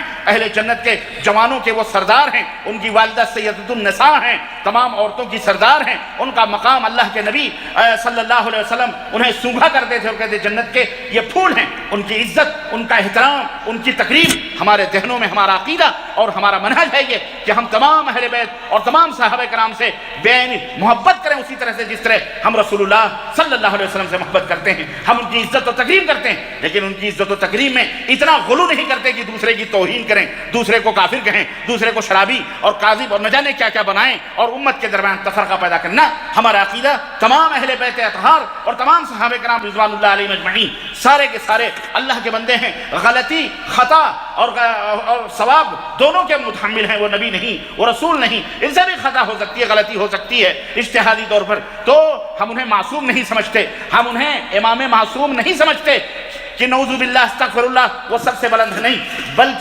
بلکہ بہرحال وہ بھی انسان ہیں، ان سے بھی چوک ہو سکتی ہے، خطا ہو سکتی ہے، لیکن بہرحال وہ صحابہ ہیں۔ ہمارا عقیدہ ہے کہ صحابہ جیسا کہ کلہم عدول، تمام صحابہ جو ہے یہ عدل و انصاف کے اوپر قائم ہیں۔ حضرت حسین بھی عدل و انصاف پہ قائم تھے، انہیں شہید نہیں کرنا تھا عبید اللہ ابن زیاد کی زیادتی یا عبید اللہ ابن زیاد کے فوجیوں میں جو سبائی موجود تھے، جو چمن رسالت کے ایک ایک پھولوں کو نوچ رہے تھے اور نوچ کر کے ختم کر دینا چاہ رہے تھے، نبی کریم صلی اللہ علیہ وسلم کے خاندان نبوت کو مٹا دینا چاہ رہے تھے۔ حضرت علی کو شہید کیا گیا، حضرت عثمان کو شہید کیا گیا، حضرت حسن کو شہید کیا گیا، اور اسی طرح سے دوسرے لوگوں کو یہ لوگ شہید کر رہے تھے۔ بلوائی یہی سبائی تھے جنہوں نے سوچا کہ نام و نشان مٹا دیا جائے محمد الرسول اللہ صلی اللہ علیہ وسلم کا، اور پھر نام و نشان خود ہی مٹا کر مسلمانوں کے اوپر تھوپ دیا گیا۔ یہی لوگ تھے جو قتل کرنے والے ہیں، خود چھپ گئے اور ان کو تھوپ دیا گیا۔ اب فوج ہے، لشکر ہے، اتنے لوگ بیٹھے ہو، نہ جانے اس میں کون ہمارا دوست ہے کون ہمارا دشمن ہے، کوئی کھڑا ہو کر کے شوٹ کر دے تو آپ کیا کر سکتے ہو؟ کہیں گے کہ بلدیہ کی مسجد والوں نے شوٹ کیا ہے؟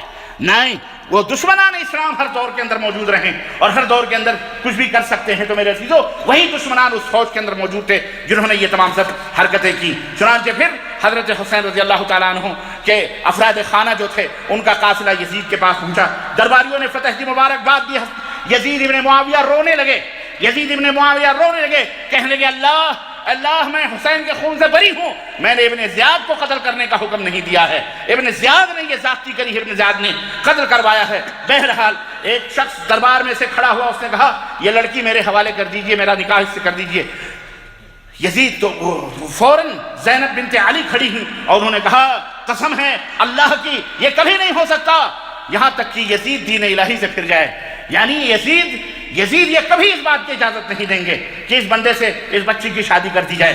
بہرحال جب دوبارہ اس شخص نے کہا تو یزید نے اس کو بڑی تیزی سے ڈانٹا اور کہا خاموش، اور اس طرح سے کہا ان سب کو محل کے اندر پہنچا دیا جائے. محل کے اندر سے بھی رونے کی آوازیں، گریا کی آوازیں آنے لگیں. بہرحال نہایت ہی تحفے اور تحائف اور ہدایہ دے کر کے پھر حضرت یزید رحمہ اللہ نے لوگوں کے کلیجے پھٹ رہے ہیں. جب میں یہ کہوں گا یزید رحمہ اللہ کلیجے پھٹیں گے اور ان کو تکلیف ہوتی ہوگی. کیوں؟